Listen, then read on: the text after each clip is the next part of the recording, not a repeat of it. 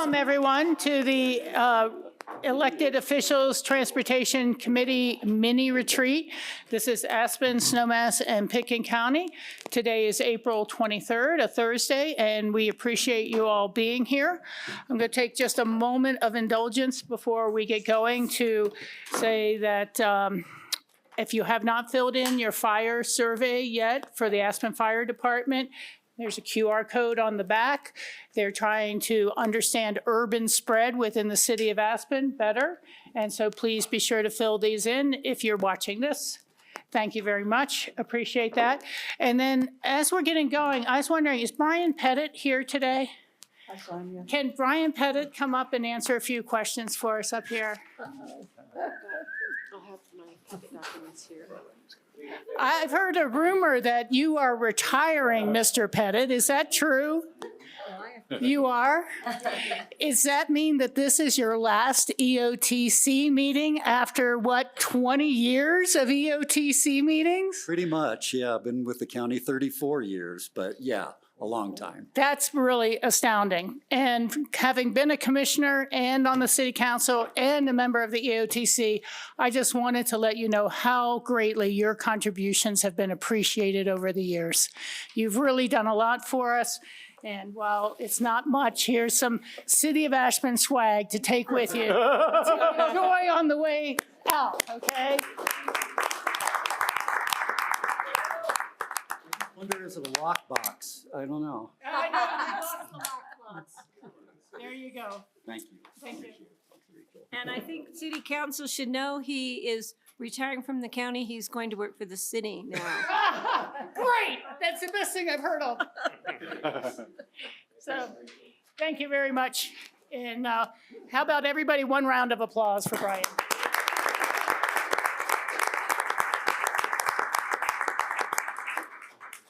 Thank you. We will now move on to the agenda. And the first thing, we're just going to go around the table with introductions so everyone knows each other. Once again, Patty. Patty Clapper, Pitkin County Commissioner. Sam Rose, Aspen City Council. Ted Mann, Pitkin County Commissioner. Alyssa Shank, Mayor of Snowmass Village. Rachel Richards, Mayor Aspen. John Doyle, Aspen City Council. Francie Jacober, Pitkin County Commissioner. Jeffrey Woodruff, Pitkin County Commissioner. Christine Benedetti, Aspen City Council. Tom Fritzstein, Snowmass Village Council. Britta Gustafson, Snowmass Village Council. Thank you very much. And you guys go ahead and take over the agenda from here. Okay, I'm Linda DuPriest. I'm the EOTC Director. Ryan Mahoney, Deputy County Manager for Pitkin County, will be our facilitator tag teaming tonight. Can you guys speak up a little bit? Or in the microphone? Yeah. Yeah. My voice should be able to carry, so yes. Very good. Thank you. Okay, so we'll get started. So first of all, I think hopefully today we can get some good feedback from you all. I think it's been a number of years, maybe dating back to 2020 or so, since the last time you all got together to kind of discuss EOTC and what the future of EOTC might look like. So today is sort of, I guess, a retooling of that meeting a number of years ago, and a good opportunity to hear from folks that might be new on the council and the Board of County Commissioners, and what changes have come about in the county that might spur some new ideas as it relates to transportation. So a couple things as it relates to tonight's agenda. I thought I would ask permission to rearrange a couple items on here. I think the two key items that I want to make sure that we have time to get to are the discussion on funding and then also the discussion on governance. We will keep the future projects on there and we'll save some time for that toward the end, but I want to make sure that most importantly, you all are able to discuss those first two topics. So with your permission, I would start with those. But I was hoping we would do a little bit of the EOTC history and key accomplishments. Oh, kind of for sure, as that won't framework. change. Okay. That won't change. Box of Kleenex. And It- at least it's- my agenda doesn't have future projects, it just has summary. Mine just has summary and final thoughts, it doesn't have future projects as a listing. Is that what you're thinking about is under funding scenarios? Oh, yes, the one that I'm looking at, apologies, I don't know, it Okay. says funding scenarios and future projects, and Just then, moving Okay, that I item. see what you're and saying. then it goes to governance structure, so I'm just gonna move the future projects part. Off that. Off of that, and we'll take that up after we talk about the governance I gotcha. structure. Okay, thank you so much. Sure. Rye's not in yet. Sorry, I'm trying to advance. Thank you. Please use your cursor. There. I don't know if you did that or I, so I might have to ask again. So I am hoping that we can stick to these timeframes pretty closely, so we have an opportunity to get to all of the items. And then we will adjourn promptly at 6, because there are a number of you that are heading over to a meeting at the library for the River District's discussion. So, Not a meeting. as it relates to the EOTC history and key accomplishments, we just have one slide on that today. I know that there's a number of you in the room that have been around for a long time and have been part of a lot of these accomplishments. In your packet, we did have probably 2 or 3 pages of different accomplishments, but I think these are the ones that are going to kind of get to the center of what we're going to be discussing today. And then if there are any others that you all might like to bring up just to kind of celebrate what EOTC has accomplished over the years, certainly we can accommodate that. So this first gets to us dating back to 1993, where the voters approved a countywide half-cent transportation sales and use tax. And the purpose of that was for maintaining the mass transportation system within the Roaring Fork Valley. So there is that geography tied to it. And we'll be talking a little bit more about that. And then in 1993 also, there was an IGA that was signed among the 3 jurisdictions, so Pitkin County, Town of Snowmass Village, and the city of Aspen. The purpose of that was to support the tax. At that time, you adopted a comprehensive transportation plan, and then you also created the E.O.T.C. I believe that was amended in 2021, that the IGA, but still the main ideas of that original one dating back to 1993 are relevant. So with that, we're going to move on to funding, but I don't know if there was anything back in the history of what's been done that anybody wanted to mention. Patty? Yeah, but just a quick question. In 1995, can somebody just clarify? It says airport park and ride completed, but it goes down, it was completed in 1998. Where's that located? It was turned into rental car parking. Okay. And I 'cause don't know if the trying to remember EOTC where- ever got repaid for that from the airport, Oh, interesting. but that's what happened to that park and ride lot. Thank you. The one thing I think is worth mentioning here is the advent of bus rapid transit. That was a major lift from RAFTA. It was done as a regional transportation authority, which this body had a lot to do with forming over the years, and is now the main trunk line for transportation services we bring forward. I don't know how much that original grant was to RAFTA to be able to start BRT, but it was very significant. So I think that's the other milestone that is worth noting, especially because of the bus rapid transit bus lanes that come from Buttermilk to the roundabout. Anyone else have any significant RAFTA data points? Okay. I do recall Mr. Rice, who was our Public Works Director at the time, giving a presentation to RAFTA Board about a year ago, maybe a little more than that, And he said the single greatest drop in traffic crossing the Castle Creek Bridge occurred when bus rapid transit went into effect. So I think that's just worth bearing in mind. Thank you. That's, yeah, thanks for that, Rachel. Okay, so getting into EOTC funding, you can see from this slide here, it does outline where that funding is attributed to today. And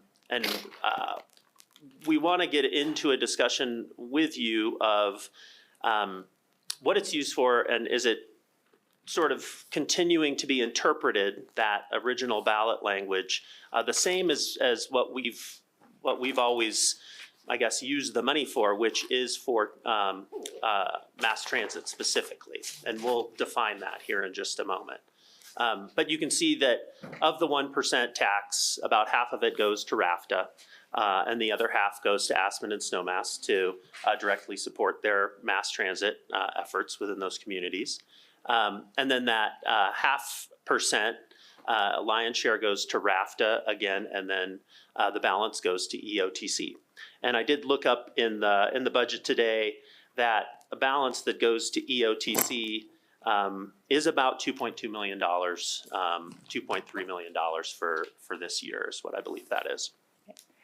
And again, I would just note for all of us that our half penny has gone down in contributions back to us as the Upper Valley, as we were matching the contributions that the Down Valley communities were putting in to become members of RAFTA. So that's why we continue to vote with our voters to allocate more of the half penny towards RAFTA. And that was our share when they were upping for the first time. Okay. Okay. So the EOTC funding, so back to just briefly that 1993 ballot language. You can see this quote here. For purposes of increasing and improving public mass transportation system in the Roaring Fork Valley. And then we go to the statutes, and so the statutes specifically define what mass transportation means. And it is a coordinated system of transit modes, basically can be bus or rail or other, of conveying people along prescribed routes. So that is pretty specific and prescriptive. And what we heard from our town attorney, or our county attorney rather, who may join us here later in the meeting, is what can we use the EOTC portion of the sales and use tax for, and how much flexibility we have. I know this has been a lot of talk, at least recently. There's been some curiosity on that, specifically in light of the fact that we have the Transportation Coalition coming up with some mitigation strategies for the congestion, and then there are other transportation ideas in tonight's packet that are coming from your transportation staffs from your respective jurisdictions. So, good news, bad news. The punchline is that RY has let us know that there is not a lot of flexibility. So, using the funding that we have been has to continue to be for mass transit specifically. Using it for TDMs, is that the term of art? Programs. Yeah, programs. Probably not as much flexibility for that. Rachel, can I ask you a question? I'm not familiar with the term transportation staff. Who is our transportation staff? Well, you have Brian Pettit from Public Works, and then you have Linda, who works for EOTC, and then you have Lynn Rumbaugh from the city, and then Sam Garino from Snowmass Village. I guess I've just never heard them called transportation staff before. Thank you. Yep, sure. Thank you. So I think on this next page here are some scenarios, and these were just suggestions to kind of get you all thinking about some discussion points. And these by no means are things that have to stay as, kind of one idea. You can mix and match on these, but this is really where we do want to hear from you as to whether or not there's any interest in expanding that funding. Obviously, there have been recently discussions throughout the Upper Valley of different shuttles being provided, whether that's from the airport or from the hospital and the schools into the city or up into Snowmass Village. So, I would assume those dollars could be attributed to that and probably take up quite a bit of our annual revenue. But that being said, is that where we want to put all of the share of our EOTC money? Do we want to split it into other programs? So just walking through at a high level for what we have on the screen here is you could expand the scope of what we have that could be outside of the Roaring Fork Valley. So there's a geographic question that could be considered. And then also the different strategies, like I just said, some of these ride share ideas that are out there, or employer-based solutions, and getting people from down valley locations into work sites as an example. The second idea up here is funding projects that primarily focus, just on the Upper Valley. So not the entire Roaring Fork Valley, because we know that, people still live in, between here and Parachute, and there is likely to be congestion in the Upper Valley. And is it worth spending the lion's share of the money to deal with congestion issues up here? Another geographic issue potentially. And then the last is, do you want to keep the EOTC money at all? Do you want to redistribute it back out to the entities that use it today, and kind of concentrate more money for those Upper Valley transportation systems? And again, these are all just sort of brainstorm ideas, obviously very different in scope potentially, but hopefully that spurs some ideas from you all, and I'd love to hear at this point from you all on what you think of some of these. Okay, I want to let Susan know we see your hand up, and we will call on you in just a moment online. And I wanted to kind of make a broader statement for the board. I think that the EOTC should send a formal kind of interrogatory to the county attorney and ask yes or no on very specific items. Otherwise, we just have this, it's got to be mostly mass transit, but that seems a little vague, in some level, because of that definition as you were using. Can it be used on a car share app? The answer might be no, but I'd rather have it formally settled than us continue to just say probably not, maybe not. I mean, I remember when we were not, Patty may remember as well, able to use EOTC money for that railroad bridge before the old Maroon Creek Bridge was replaced. And we provided a safe bike path there. Can it be used for bike connection across the Roaring Fork River from the Airport Business Center? That would be a route. It'd be on a dedicated route, as the transportation seemed to say. Can it be used for ongoing work on the design and engineering that the city will need to do to move the entrance to Aspen forward, perhaps even just on the BRT elements of that program? But I think we should get a really, before we start saying we have to use it this way, or we can't use it that way, or we should use it here, we should ask all the questions about how it could or couldn't be used. And the concern I've had a little bit is that the ability to even ask for the half penny back in 1993 was done by state statute and by legislature. We were all capped at that point in time.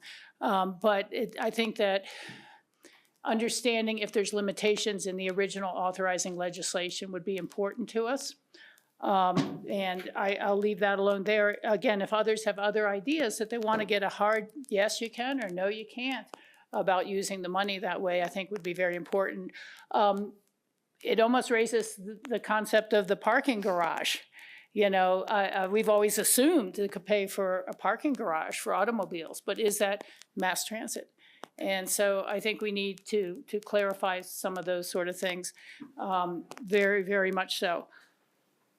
I will say, just for everyone's edification, that this ballot 175, which may take away all the transit money in Colorado, also redefines what transportation is. They narrow the definition, so you can't include buses and things like that. So that's a real dangerous ballot measure that the Colorado Contractors Association is pushing right now. So those are my comments on his question. I do think we should get a firm yes or no on any of the concepts that we've thought about using for this. It'd be great to find out if the airport ever repaid the EOTC for that parking lot that they got. Other than that, I'll turn it over to the board. Francie. I just have a question. Can we get some specificity on what the EOT funds have been used for in the past? I'm sort of in the dark about what we've actually done with that money. In some ways, it's in that accomplishments file. Yeah, and I think Well- one of the dangers of the accomplishment file, which I Yeah. learned from Linda, was that some of these are improvements that the jurisdictions made that are transportation related. I'm not so sure they're in each instance tied to or had EOTC funding specifically. Right. And so I haven't been around long enough, Francie, to answer that question specifically, but Answer it. thank you. In the last few years, since I've been here and some of the projects I inherited from before I got here from David Pesnichak, who's sitting behind me, is that we've gotten a little bit outside of the strict mass transit definition in that we funded some bike and pedestrian stuff that connects to mass transit. We fund WeCycle. We funded the transportation study at the AABC The what? that connects to transit. What was the last one? The multimodal study at the AABC. So there have been some projects that the EOTC has funded, the repaving of Brush Creek. That is for the purpose of shifting trips from cars to transit. Right. So a strict interpretation, and we hope to have Ryan Neely, our county attorney, on the phone here in a little bit, is it's gotten a little outside of the strict definition. In the last couple of years, we've had requests for some specific spending that before I was on board, John Ely, rest in peace, absolutely told us you cannot spend it on that. And the notable example is enforcing the HOV lane. Right. That was something absolutely can't. The other one was we have gotten requests to fund the Basalt Connector and the Glenwood Springs Connector and some of these local transportation services that sometimes they connect to transit, but sometimes they don't. So that's an area that prompted this question too. And then anything programmatic, a carpool app, the staff that would have to manage that, fund it, all of that. We don't think that that applies. Yeah. And I agree that it probably doesn't, but I still want it in writing. I just want this formalized. Does that answer your question? No. I wanted to know what we had spent the money on, how much money we have, specifics like that, not like what could we spend money on, although that's interesting. So that would be helpful if we had that. I'm sure we've had it like a year ago, some kind of budget report, but just like right now when we're thinking about what else can we do, it'd be nice to know how much we have and if we could email the current budget, the approved budget for this year to Pete, and he can get it to someone to Xerox for us and bring out for us the rest of the meeting. Thank you. So we can have some hard copies on that. As it kind of was explained before, 81% of the half penny goes to daily annual RAFTA services. Right. So we have that, the remaining, there's been some set aside and being held for the parking garage. There's been just the work at the Brush Creek Intercept lot. I mean, you really have to go through each year's past budget to understand each time there was made acquisition or purchase or money towards electric buses or something. Can I clarify? Yeah, please do. Rachel, it's not a parking garage in Snowmass. It's a Okay. transit center. Okay, thank you for that. Tom's Transit Center. I was wondering what parking garage. Yeah, it's Oh. not parking. It's a double-decked transit center. Okay, transit So center, it does, thank you. it is mass transit. Thank you for that. Yeah. Is there any car parking there? Not in the garage, no. Not in the new No, plans? not in That's- the design as is. Okay, well, I've seen so many designs over the years. I'm Yes, glad no. to know. In where- Tom's design, no. I call it Tom's because he worked really hard on, kind of getting it to a better place, so. Thank yes. you for that. Thank you. And there is food for everyone over there because we have that water meeting right afterwards. So please, there's sandwich pieces, more than just snacks, if you want any. And if I may, without going too far down the rabbit hole for Francie, I figured a question about the budget might come up. So, just to ground you all, this is the 2026 budget in this green column. And you can see in that budget that our fund balance, if you start kind of down toward the bottom here, Francie, the Yep. beginning available fund balance is on the order of 12 million. We have held back 6 million in reserve, just below that, for that Snowmass Transit Center. So that has not been spent. And then if you come up higher, and there you can see generally what our revenues look like. So about $2.3 million as it relates to the sales tax, and then the use tax about $850,000. Yeah, that's what I thought. We have a lot of money and we don't spend it. There's and I think that's a good position to be in for you all, in that you can come up with some ideas for how to put that money to use here coming in the future. So I think that's in part why we're here, right? So my anticipated Ryan. question I was really right. appreciate that. Sure. Thank you.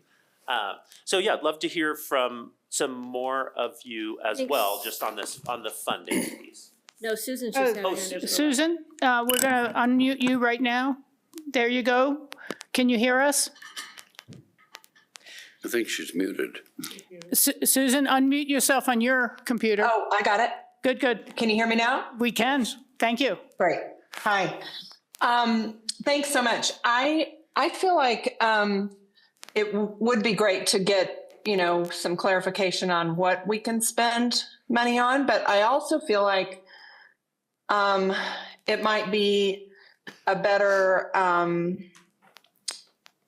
use of time to decide what we would like to spend money on, what we think is worthy and a good, what are our goals and strategies, which we might get to further on into the meeting, and then how can we make that fit, or how can we make sure that that fits in the focus of this funding?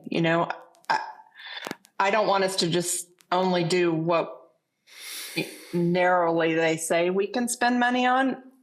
So I would be in favor of either expanding it or trying to find ways that the things that we want to do could fit into the funding scope. Yeah, thank you for that, Susan. It's a good point, and I certainly didn't mean to limit it in any way. There are questions, we can talk about the projects without having the answers of can we fund it or not till later. But at the same time, I want to answer questions around what a new ballot would mean or look like. Right. Should there be that, if there's a new ballot to change how the remainder of the EOTC half penny could be spent, And if it failed, would that mean the penny went away? Or how do you word it so that a failure would leave us at least right where we are now as opposed to not? And want to make sure there would be enough people to really be interested in running a campaign to pass whatever we might consider. And would it be compelling enough to the public that they wanted those changes in its usage? So there could be a lot of research necessary before any real ballot question goes forward. Please, I agree. do you have other comments to add? And throughout the meeting, feel free to raise your hand. That's it for now. Thanks. Thank you. Okay. I did have a suggestion. Patty? Real quick. Yeah, I think Francie's question's worthy of taking the list of things that we've accomplished and just highlighting which ones of those were paid out of EOT funds. And because the list gives you a template for where you fill in the information, which would simplify the task for staff. So that would be my suggestion. Just go through and say, this was paid for by EOTC in this amount, this amount, this. I think we should do that. And you mean for future reference, not for right now? Yeah, we can't do it right now unless we want to spend the rest of the meeting waiting for that information. But that'll tie into what I'm going to say at the end of this meeting, but I think that helps answers Francie's question. Yeah. Well, and it also really points out the partnerships that have existed between RAFTA, the city, Snowmass, Pitkin County in all these projects. Everyone's done their share on the side. So did you want us to talk about these future projects now and get a sense of what people are most interested in? Well, I think first, as it relates to these funding, I'd like to just dig in on that a little bit more. You know, I think we had this geography question as to, you know, right now it's the Roaring Fork Valley. Do you have any desire to change that? Is that still the right geography? Do you go out of the valley potentially? Or do you, and then the second question is, it sounds like there could be some interest on being able to expand uses of that money if we understand from Rye that it is rather restrictive. And then also what a campaign might look like. What's the risk of losing that money? So I would like to hear just, you know, it will help staff come back with some of those ideas for you. Yeah. The one thing I'm kind of thinking is maybe it's easier for us to reaffirm what our goals would be for the use of those monies, as opposed to picking out kind of individual things we might want to do. You know, I understand from the RAFTA board and others that we're really seeing about 10% of the workforce of Pitkin County coming as far away as Rifle, Newcastle, Parachute. But at the same time, they're not contributing the way that our public is in Rifle. And, you know, it becomes a little bit of a chicken and egg thing. There was a time period when Aspen did and Pitkin County paid for the buses to go through Glenwood and show them what service could do for them. And then they joined RAFTA, and then they started participating. So if you were doing something that was like a kind of a one-time shot, this is what it could be like, and starting to fund it, that's one thing. But I don't think when we know that a lot of the riders from Rifle stop in Carbondale to work and stop in other areas to work, and they don't really, you know, you really can't say if we funded 100% of the service and 90% of the workers aren't coming all the way up to the Aspen, Snowmass, Pitkin area, then why? You know, it's just kind of there needs more data to be served, to my mind. And so for goals, like for me, I want to see maximum utilization of the Brush Creek Intercept lot. You know, it's on our sheet, but how do we get there? I don't know. What are the other goals that we have that we want selected projects to actually match with? Patty? I have another thought to put out here. Please. I think tonight's meeting, I think we can just open a lot of discussions. But I think what, Rachel, you're suggesting is more of a strategic plan, which we haven't really formulated for EOTC in many 5, years, 6 if years. ever. And I think those goals would be part of that. I really think that we need to clarify the funding issues. We need to have a strategic plan. So I know a lot of you who know me are not going to believe I'm using this word. I'm using the word retreat. And I'm thinking after we figure out the governance and where we want to go for meetings and membership and where we can use our monies, we should have a mini retreat with a facilitator, maybe sometime in the fall, and come up with a strategic plan where we outline our goals and where we want these monies to specifically go, knowing where we can use them and what projects we would like to see moving forward. I don't think we're going to settle that here tonight. I think that needs to be a separate discussion, but I think we can tonight we can set up that discussion for the future. Just a thought. Yeah, I don't know how to proceed that way, that's separate. I can't make funding decisions without knowing what sort of goals they're going to fulfill. And I think the original goals are still there of the original halfpenny of managing or reducing traffic congestion in the Upper Valley. I'm not saying tonight make decisions on where funding's going to go. We need to make decisions on more information we need to know about where funding might be able to go or how we might be able to get there with a future ballot question. That's part of it, but I think a strategic plan would be. Do we still agree the goal that the original halfpenny was formulated under of managing and reducing traffic in the Upper Valley is a valid goal? Well, we may decide we want to manage traffic coming from outside the valley, but that's a bigger discussion, I think, that we have before us tonight. But I'm not saying let's figure we're going to spend $10 here and $20 there. I don't think we are talking about that. But well, that's what sorry if I misinterpreted what you said, but you were saying we're not going to decide tonight where our funding is going to go. Yeah, we're not. We need to have information as to where our funding can go, where it has gone. And then I think we need to figure out what our plan would be, what our goals would be. I think things have changed since Rachel and I first became involved. And I think now is the time to step back and figure out where we want to go in the future. So I might suggest, and I think, we have on here, Rachel, some of these projects and ideas, and that could get your creative juices flowing, perhaps, as we talk about those, and you might need some explanation from staff on what they mean. So we don't have to spend too much more time on this, but if anybody does have any other thoughts or comments just on the funding as it's narrowly interpreted today from RI, that it would need to stay with sort of mass transit within the valley. Does that, is there desire for you all to have a conversation about there could be other broader uses of that, assuming that whole, what RI's interpretation is, you get that confirmation. And then secondly, does the geography matter to you at this time? So I think that if we could just get a little bit of that feedback, then we can move on to the sort of next discussion topic.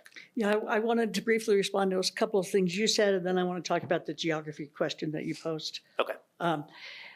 We do have a lot of statistics on the people who ride the bus and the people who contribute to the traffic, and we know that of the traffic that comes through Glenwood, 50% of it comes to Aspen, so not all of it. So there's that. But I want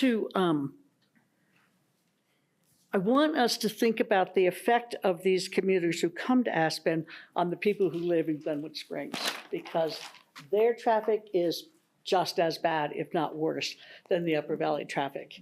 And yes, some of it is Basalt and Willits and Carbondale, but a lot of it is, half of it is people coming to Aspen. So I would not like us to focus only on the Upper Valley. I know you've heard me say this many times, Rachel, Transportation Coalition. But I was coming out yesterday from from Glenwood at traffic time, and it is always shocking. Yep. It went all the way to the turnoff. It went past the Holy Cross turnoff, the bumper to bumper, not moving traffic. It's really shocking. And so that would be my push a little bit, that we find things to do that help all the commuters who are coming up here. Thank you. All right.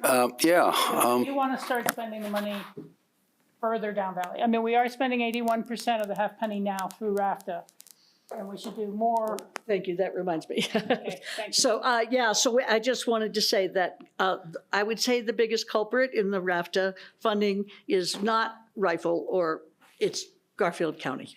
Right. That they're not members of RAFTA, and it is a glaring hole in the continuity in our valley. I don't know if I want to spend the money in Glenwood. I want to spend it on things that help the whole valley. Okay, that's a good clarification, Tom, and Yeah, when you look at how much money we have annually, it's about $2 million, which is not a huge amount of money, what things cost now. And we have some money in our reserves, but it's not a huge amount of money. I'm in favor of keeping focused on mass transportation. I think it's a huge need. Personally, I feel that more, better, faster, freer RAFTA buses would do huge, it won't solve everything, but it will do a lot to help. But I don't think we're there yet. Yeah. So I'm nervous about going back and trying to expand our scope outside of what we're doing. And, I would like to keep a focus on the Roaring Fork Valley, on mass transportation. I think there's a lot to be done yet. Garfield County has to step up and help out with their transportation, which they haven't done. And I don't think it's appropriate for us to try to solve the problems in Rifle and Silt, because that's somebody else's problem. I mean, it's everybody's problem, but we can't solve everybody's problem. There is and I'll make the plug again for the transit center in Snowmass. Sorely needed. It would combine the RAFTA buses and the shuttle buses in one location. It's been talked about for 30 years. E.O.T.C. set aside $6 million 26 years ago. Now, 26 years ago, you probably could have built a transit center. Right now, we're talking something in the $40, $45 million range. So, and we had to stop pursuing it when all the federal funding and state funding got pulled back in recent years. But the goal is still to go forward. We have a design. We want to go forward. I would hope that we could add some more money to that kitty for the Snowmass Village Transit Center when the time comes. To me, that is a real good use of E.O.T.C. and will really increase ridership on RAFTA, which is the goal. So that's where I'm at. I think there's a lot to be accomplished still within the scope that we set out with for E.O.T.C. thank you, Tom. That actually kind of brings up a question that's easier to frame by saying operating versus capital. Because whenever things go into operating, you need to renew it constantly. It never ends, and it's a commitment. Capital should be a one-time thing, and you can end up using everything in operating and never having anything left for capital, or vice versa. Sam, you had your hand up. Yeah, thank you.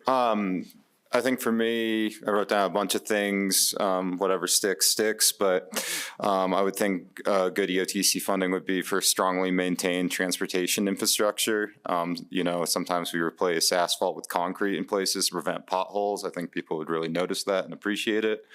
I would suggest implementation of traffic and transportation studies that we have already done and are currently doing. Putting some of those to action with potentially EOTC funds. I wrote down trackless tram. I think that's like sort of the future version of light rail, and I think it will happen at one point in the next decade or so. That could be really beneficial to this community. I know for RAFTA, housing and having enough buses, so there's no shortage of buses and bus drivers, I think is very important, even though money goes to RAFTA, to ensure that that's completely possible. And then we've already talked about stuff on this commission about like completing connections like the Truscott to Buttermilk Trail. So we already have projects in the pipeline, so making sure those don't fall through the cracks. And lastly, the big gorilla in the room, the entrance to Aspen solutions, potentially in tandem with the 21st Century Coalition, but trying to solve a lot of our congestion and transportation issues with a new reevaluation of the entrance and actually putting those to action. Yeah, that's a good list, Sam. Thank you. Ted, you're up next. Yeah, just to clarify, I don't know, not reading the original 93, what was passed, or you can see the IGA that's in there from 2021 on the subject of what we can and can't do and geography. Are we allowed to, with the language that's there, to use it however we want and as far down valley as we want? Because I know it's a Pitkin County initiative where it's being managed by just up valley entities. Whether that still should be the case, I don't know. But, you know, we're increasingly being asked to cover things that are far outside of the jurisdiction that this was passed. And I was just curious if we're talking to RISE or anything that would preclude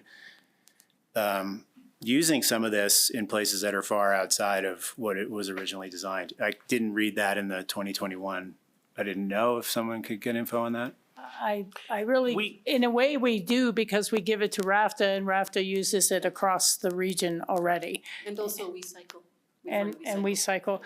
And just kind of background for people, RAFTA started contributing to the Down Valley communities for both We Cycle and the Downtowner as kind of startup money so that they would give them the initial seed money for the first few years and it'd be a declining amount. And it was anticipated that the Down Valley communities would start finding their own funding source to continue to maintain those things. Instead, they're kind of coming back to RAFTA or the EOTC. And it also kind of argues the bigger point we've discussed a few times at the Mass Transportation Committee is the Down Valley communities do not do paid parking. And so they're ignoring a revenue source to pay for their own things and to help manage and reduce their own traffic congestion in Glenwood Springs or other areas. And we're up here at $7 an hour now. And so kind of asking for our share of the money, and we're trying to control traffic growth, but other communities are saying drive all you want, park wherever you want, park for free all day.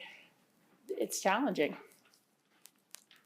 So who else is, Ted, did you have more on that? No, I was just curious. I want to make sure before we start talking about using it far outside of the county that's been okay. I'm just getting up to speed on all this and I didn't read that anywhere. Okay. Can I clarify that, my comment about that? Oh, I'm sorry. I just wanted to clarify for Ted, my comment about that. Yeah. So I'm not saying take the money and spend it on a big parking lot in Glenwood, but if we like contributed to the free fare program, for instance, I think it was 15% reduction, I can't remember exactly, but I mean, increase in riders. And so that is exactly what Tom is talking about, getting more people on the buses, which is what mass transit is. So it's kind of like that, like the flip of that is that if people get in their cars and drive to Brush Creek and then get on the bus to avoid traffic in Aspen or parking fees in Aspen, that doesn't help Down Valley traffic. Right. So just that, to me, that's not a solution that helps the whole valley, helps Aspen. Good point. Thank you. Yeah. I would just say, Ted, I took a note on that. We can find out the restrictions on the use and we'll follow Yeah, maybe up. there aren't any. I'm just getting up to speed. It sounds like there's a desire for you all to hear back on, okay, we need to know what the sideboards are for the use. John, did you have your hand up? Yeah, we're talking about how we'd like to see money spent. I think so. It's been ranging a little bit. That's the subject we're still on, right? Mm-hmm. Okay, so we're talking about traffic, which is a valley-wide phenomenon. It's not just Aspen. It's not just Glenwood. I'd like to go back to the entrance to Aspen, which includes a light rail component. Right now, the county is working on redeveloping the airport, and I think there's an opportunity to connect the downtown of Aspen with the airport via better mass transit with the possibility of installing light rail in the future. And I was just reading in yesterday's paper that Front Range Rail is moving forward. They expect to have passengers on the Front Range Railroad by 2029. We know that passenger rail is going from Denver to Winter Park and beyond to Steamboat and Craig in the very near future. I appreciate that increasing buses and making it easier for buses is the correct path forward now, but I think we should be thinking farther into the future. And I think some of this money should be spent on valley-wide polling to see what the community's appetite would be for light rail. I've had some talks with some people that know a lot about transportation. Not going to name any names at this point, but two things were pointed out to me that would make rail feasible here. One is wide public support and the fact that RAFTA is self-funded. The state would look very favorably on both of those. So yeah, the short story is I'd like to see some of that money spent on some polling to see what the valley's appetite would be for light rail to connect our valley from Glenwood to Aspen. On the Carter, the Rio Grande? I think the Rio Grande right-of-way works from the lower valley up to Basalt, and then it would probably have to follow Highway 82 from there up.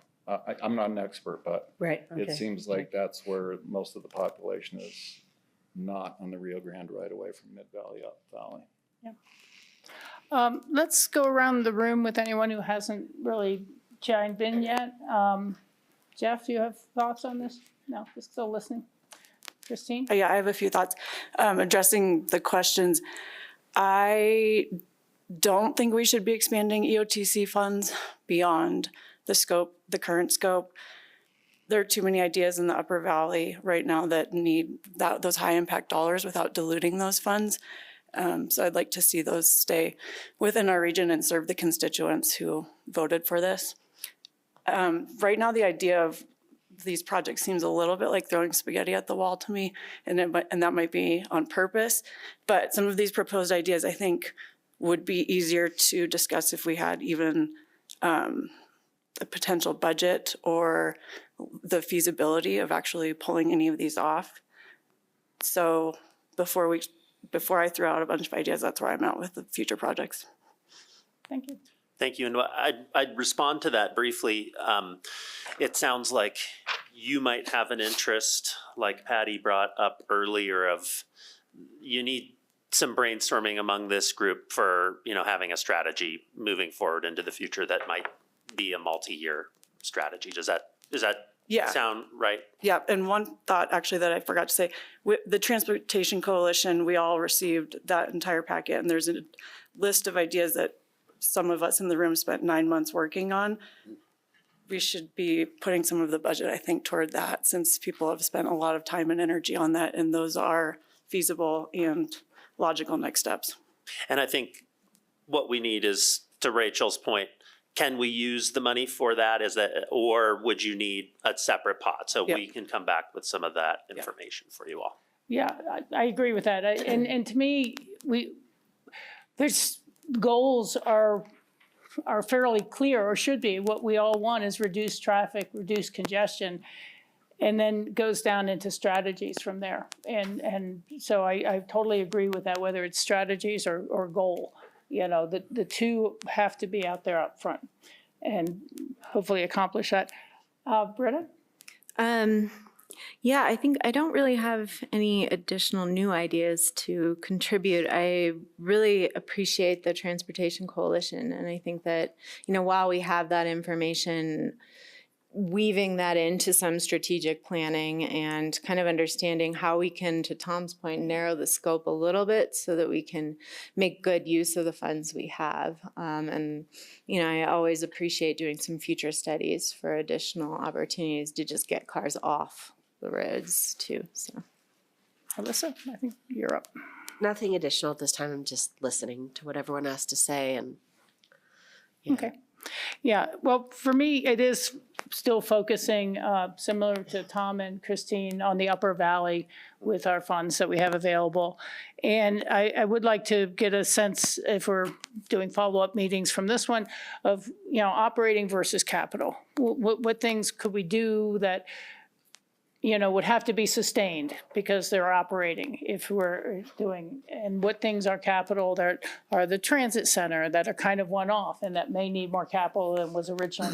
We should take that original $6 million and add interest to it and compound it over a few years. Yeah, Come up with a new number. I noticed we're earning $555,000 a year in interest every year. So yeah, it's a lot of money in So there. there is something there. And, you know, I think it sounds silly, but a goal is always to complete projects. Have they really been closed out entirely that we've been working on already as much as possible? I will just simply have to point out that that ballot question 175 is coming out specifically in response to the Front Range Rail and in response to the Steamboat Rail. And it redefines what transportation is for those dollars so it can narrow it down to roads and bridges, automobile, fossil fuel only. So, you know, I'd love to see that sort of stuff happening, but this is why the Colorado Contractors Association is putting their hands in to grab all the transportation money right now. Just on that, on the Proposition 175, I mean, would it be appropriate this meeting to get a poll, get a vote, and that the E.O.T. sent a letter? We could ask about that. The county has already, RAFTA has already, which I've handed out. It all to some of helps. the It all City of helps. Aspen. We could do that. We could, you know, just make a motion and have the drafters work with county staff and city staff. Would you like to make that a motion? Oh, I guess we can't. We're in a retreat. We're not at a meeting that we can. Okay, I guess I can't. Say I'll go and do that. Yeah. We're not making any motions. It's a retreat. Okay. For me, I did look through a number of the things that you had as future strategic options. And for me, it comes back to the goals of how do we reduce traffic and how do we utilize Brush Creek as much as possible. But, you know, we have these opportunities in front of us now with travel behavior. And I think the Down Valley community through clean energy, they are starting on a TDM management programs there, but there's a lot of things on this list we cannot use EOTC money for. And so I think that this would be an important thing to think about. And it goes back to what Francie asked of, well, how much would it cost to do some of these things? And for us to all consider as we do our fall budgets, are there things we want to support in conjunction with EOTC that would have to come out of our general fund and that we would have to find other transportation dollars to advance? So I think that that's part of it, because again, that large list of accomplishments shows what we did individually as communities and what we've done together.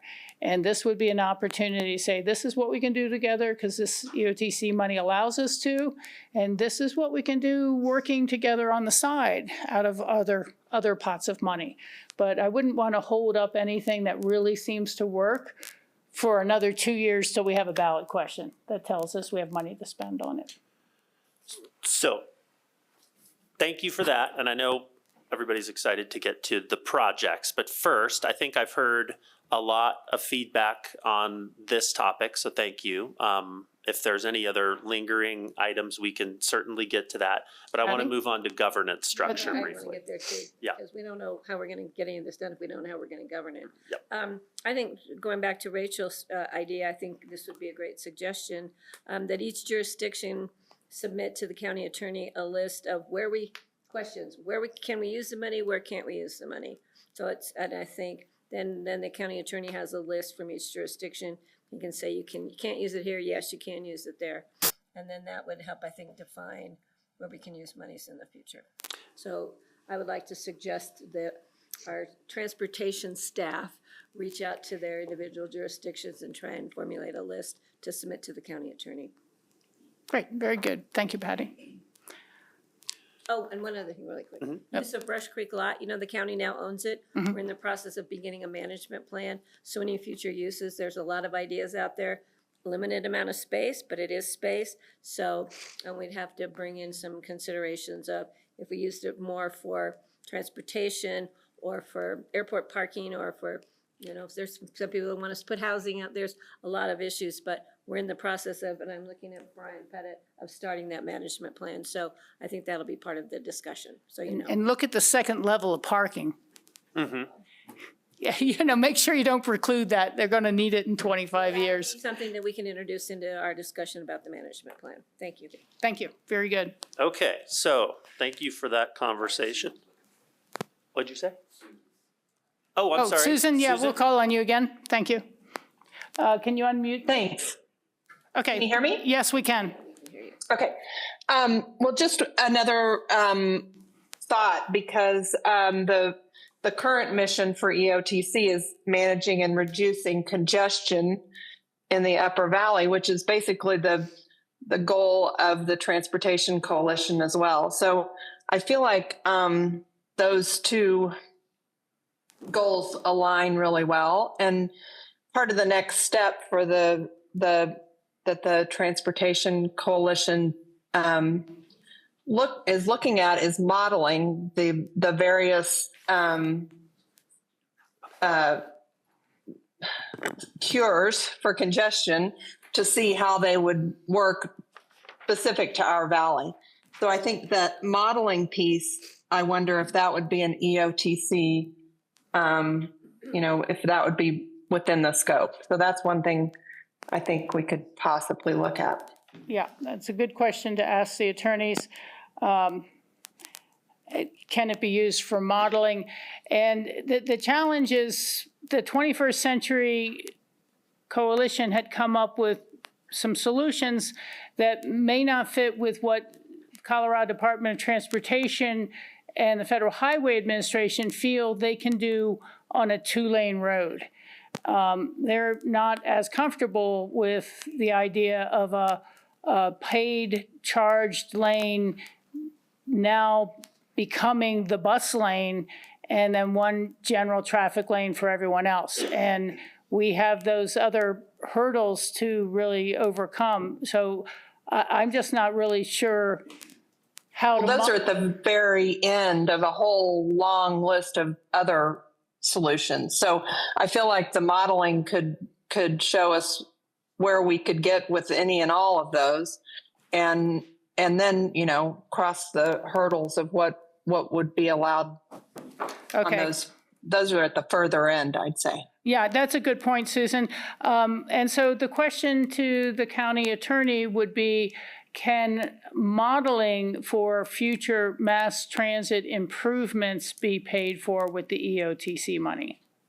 Might be how we could phrase that it's not modeling for modeling's sake, but it's modeling to accomplish the goals of the EOTC. And traffic congestion. So that would be another one for us to send forward. Thank you. Thank you. And back to you. Okay, thank you. I don't know what just happened. I lost my. You timed out for a second. Oh, is that what it?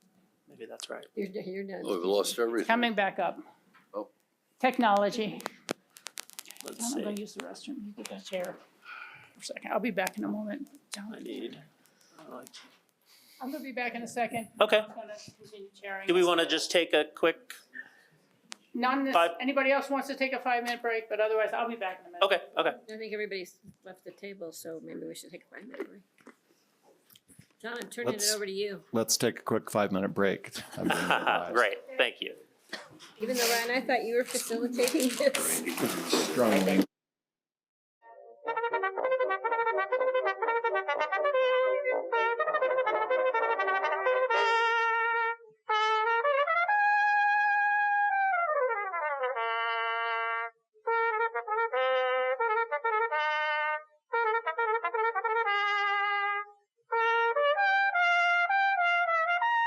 Welcome back to the Elected Officials Transportation Committee work session. It's about 4:10, and we are scheduled to go to about 6 o'clock. Ryan, take it away. Okay, thanks. So I just had the transportation staffs come up. And I think just a little bit of clarification, because I think they have been in communication with Rye on what can be funded and what can't be funded. We definitely heard a lot of different ideas from you all, so I think that was a good effort on some of the different ideas that are out there. But as it relates to the 21st Century Coalition, some of those projects, as well as sort of congestion reduction projects that might be outside of the scope of what they've worked on, I think there is a limitation on those. And we can, again, bring back more detail on that. But Sam, did you want to? Yeah, I just, partially for the purpose of staff direction going forward. I just kind of want to restate what we've heard and make sure that I'm hearing it correctly and that we're hearing it correctly as staff. First, we did have some discussion about what geographic boundary there is now. The exact language is for the purpose, for the authorization for the taxes is for the purpose of increasing and improving the public mass transportation system within the Roaring Fork Valley. So everything from Pitkin County all the way down to Glenwood, I think we would all agree is the Roaring Fork Valley. Yeah. So what we've been hearing, I think from the majority of folks that have spoken, not everybody, but the majority, is that we may want to restrict that, even that language a little bit, to not be the Roaring Fork Valley, but to be Pitkin County, but expand it to not just be increasing and improving the public mass transportation system, to be able to do some other things. Now, I will preface and say I am not an attorney, and I do think that if we're talking specific projects of the 21st Century Coalition or anything else that we have as ideas, we would certainly want to go to the attorney with those. But I just want to make sure that that's what we're hearing, and that we're of the knowledge that may change the language, the enabling language. And then lastly, I do want to just specify that list that we have was kind of, those are ideas that staff had put forward. They're just ideas. They're not meant to be like a list of things to choose from.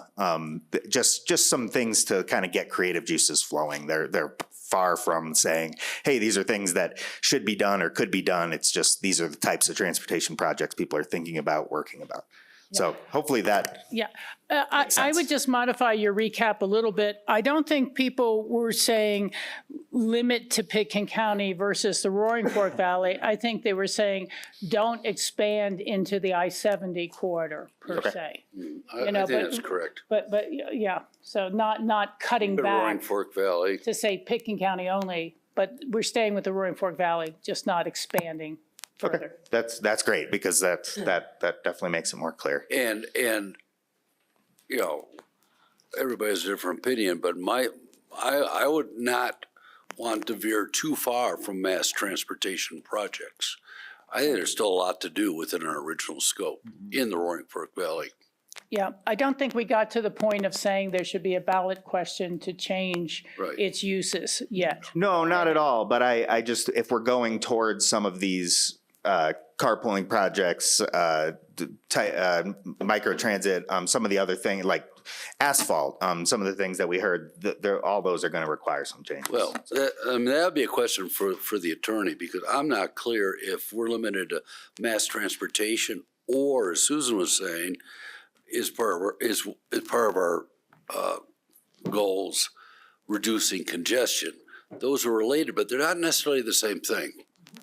Yeah. So I don't know if we can do a ride-sharing software. I don't know. That's a question. Yeah, we're going to have to get formal opinions written so we can all see it, as opposed to the telephone system of through him to staff, to us, to our constituents. It does seem like the Downtowner and Basalt Connect and those things, though, probably could be considered mass transit. Yeah, if they, No, well, they're not. I don't know. I'm not the lawyer. He already said no. Rye already said no when he they did? asked this year, yes. As a matter of fact, because they weren't connecting with the mass transit system. They were taking people from residential neighborhoods, maybe to downtown. To Willits. Or to another They're neighborhood. reducing congestion, but they weren't necessarily tied to mass Some of them transportation. do, some of them don't, yeah. So I Okay. think what we are hearing then is that you do want a sort of formal interpretation from Rye. You're not looking to change the geography of where we can spend the money. And then you're not ready to make a decision on whether you want to expand the use of the money. No, we don't have the information to do that right now. Again, just asking what are the capital projects that each of our communities might be considering. I don't know what those are. You know, we pay a certain amount for the Woody Creek transit system. Maybe if Phillips Curve goes forward and is expanded, that's going to need more transit service. I know the Crystal River Valley has always asked for transit services there. So, you know, until we really can look at what we would be potentially defunding or no longer interested in funding in pursuit of some of these new things, I don't think we've reached that point to be able to say that. I mean, and as I said, how much does it cost to develop a car share app? If it's $300,000 and we all contribute and make it happen, is that easier than trying to go to a ballot question and change the uses of this tax? You know, so we have to ask what the projects are and why we'd want to change it and to what. And I just don't know that we're there yet. So if I could ask a process question that is a direction to me for preparing this list of projects that will run by our attorney. So each of the 3 jurisdictions will submit a list of potential ideas, projects to me. Let me ask the chairs and the Is that mayor, where are we're you going? comfortable submitting a list or, I mean, you want to generate it from the EOTC today? This could include ideas from the coalition as well, since you all, some of you all sit. Patty had said each jurisdiction should present their ideas No, and that's not what I said. I said each jurisdiction should present a list of where we can use the money, where we can't, not specific projects. We have not been presented with the coalition's results, the BOCC. I wouldn't even know where to begin, and that's not part of my discussion here today. I'm hoping that we'll have that discussion in the future. But I just think the question that Francie stemmed from where we've been using the monies, Rachel's saying as to where can we or where can't we use the money. So can we use the money outside the boundaries? Can we use the money for an app? Can we use, those are the questions, not specific. Can we, you know, it's not, my concern for a list is not as specific as actual projects, but where and where we can't use the monies. What types of projects? That makes, it's a so little, again, thank back you. to Linda's question, do you want to hear it from the EOTC of the questions or individual lists from each of the 3 jurisdictions? We could do that. We can send you a list. Is Snowmass comfortable with that? Is the county comfortable with that? You want us to all send individual lists? That's what's being asked of us. That's what Patty has suggested, that we send lists to the attorney to ask what we can and can't spend the money on. I mean, but I just feel like it's so overlapping. Like, why wouldn't we It just? will be, then he can just say, okay, 3 jurisdictions want to know where it can't be. But at least, We'll there each might do be, it. you might Patty come will up be with an happy. idea we didn't Whatever come you up with. guys want to do. The other thing we talked about, which might kind of get to the same answer, is there's this idea of having some strategic plan, for lack of a better word, that would have a 5-year horizon on it. In that process, you all will be coming up with ideas that can then be vetted through the attorney's office. I would hate to spend the time developing a 5-year plan to be told that 3 of the crucial elements can't be funded. No, we You would know, know we that. should, You'll have the we should find this interpretation. out first. We should have found it out. Which is what you would do if you submitted a list, you would know that you couldn't use it on X, so why would you put X in your strategic plan if you couldn't? Exactly. That will come before we would do any strategic plan. Good point, Rachel, but that would be common sense, I think. Thank you. As a next step, I believe that as much as we collaborate and talk about all of our ideas, and that's where this list came from, we all could come up with our top and sit down with our attorney and take a first pass at the things that we already have as ideas, just to test. Sure, there's no reason why not. You can send them in, we'll all send them in individually. Ryan can check them off that 4 people submitted the same thing, and we'll see what he says. And maybe 1 or 2 of us will have something unique. So yes, please feel free to submit. It's just, we've got to have this as formal, again, for our constituents as much as for our knowledge, to say, no, we cannot spend the money on that. Yes, we can spend it on this. Then I will bring that back with his opinions to the July 23rd meeting. And then we could talk more about. If it comes out before then, that would be great. You could send it to us individually and we could all take a look at it and our councils could discuss it. It doesn't have to wait till July, Okay. the next EOTC meeting, is how I would look at it. Just when he said time to prepare it. At least we don't think, depending on the governance structure. Yeah. Oh, yeah, we need to get to that, don't we? Yeah. Okay. Do you feel like you have Yeah. enough direction? Okay. Okay. Moving on, Just a quick thing about the next meeting before we have the next meeting. It would be really great if at the next meeting, we had the budget presented to us and the answers to any questions about how we can spend our money so that we don't repeat these kind of conversations. Right, we have all that ahead of time. That would be really great. That's the goal. Current budget, the 2026 budget. Yeah. We will have that. Okay, moving on to the governance structure then. So this has come up, obviously the IGA right now, it does require that a quorum of each of the 3 jurisdictions is present in order to take a vote. And if that is not, if any of the jurisdictions do not have a quorum at one of these meetings, there is a separate option that staff can go individually to those jurisdictions' formal meeting and ask for a vote. There have been instances where having a quorum of each of the jurisdictions can be difficult to get. There's a lot of people in the room. Obviously, we have examples throughout the valley as it relates to, say, RAFTA or APSHA, where you have a few of the members that participate in those. And so I think the question today is it working today as you have the full membership for each of the jurisdictions governing bodies, or would you want to have a discussion about having fewer, and that could be any number of combinations? So, you know, you could have 1 member, 2 members, 3 members.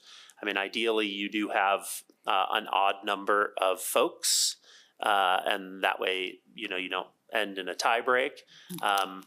So there's a consideration there, but it could make the EOTC business a little more flexible throughout the year, but it would require also for us to do a new IGA.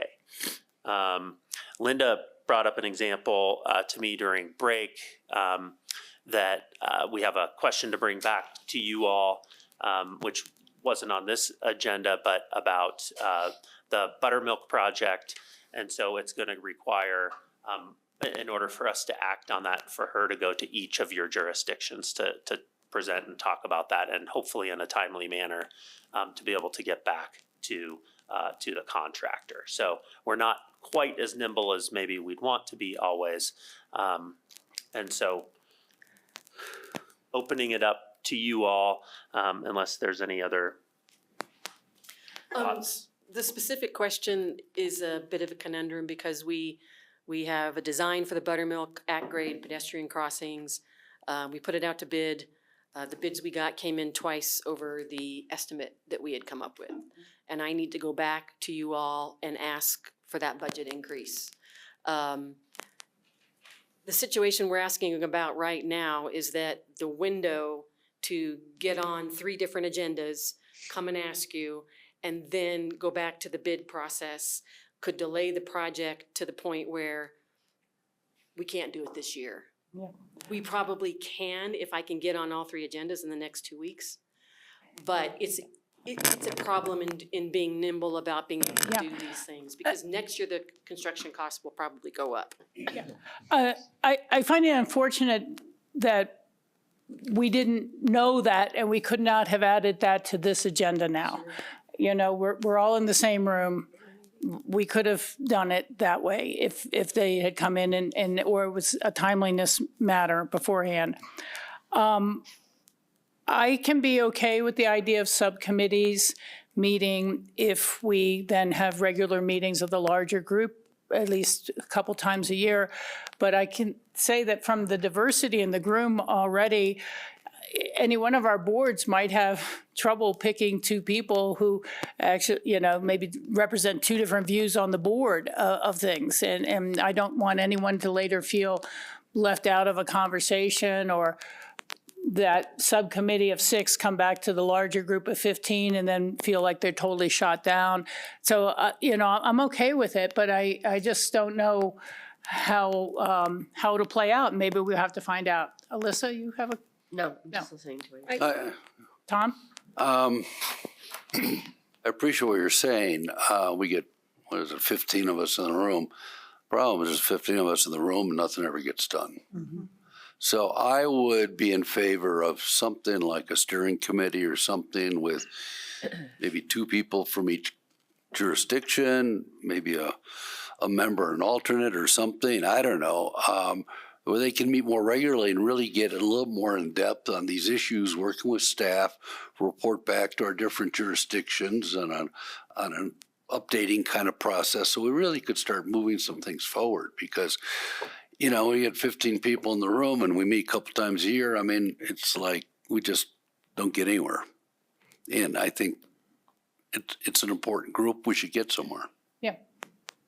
But, yeah, I can understand that. My concern is if you have, you know, somebody you appoint and an alternate, and then they have to go back to their own board and make a decision, and then it has to come back to the subcommittee again, are we just, you know, delaying things even more? One of the concerns I've had, and it's been growing over the last couple of years, is we make a commitment to attend these meetings, at least 3 of us from each jurisdiction need to be here, and then people change their plans or their minds. So sometimes we don't have quorums, and then, you know, Linda has to go back to each individual jurisdiction.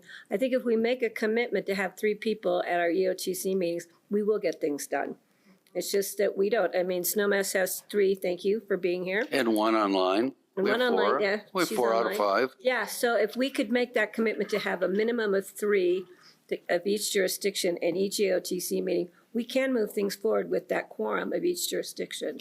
It's just sometimes we I mean, don't. technically we can. We have the people to make the votes, but the problem is just, I think the setting of 15, we get together 3 or 4 times a year and we don't get anything done. Yeah. Solve it if you have a subcommittee that then has to go to a meeting and then go back to their own jurisdiction and then come back to the subcommittee again. I think what they're trying to get to is that the subcommittee members, when they go back to their jurisdictions, could at least test the ideas and see what they feel like and be able to meet more often than the 3 or 4 times a year to be able to move things forward. Yes, it may add a little bit of an extra step. And the one thing I wrote down next to that is they probably would be subject to open meeting laws. And so, you know, some people kind of think subcommittee, oh, we'll go out to Public Works and meet in the back office.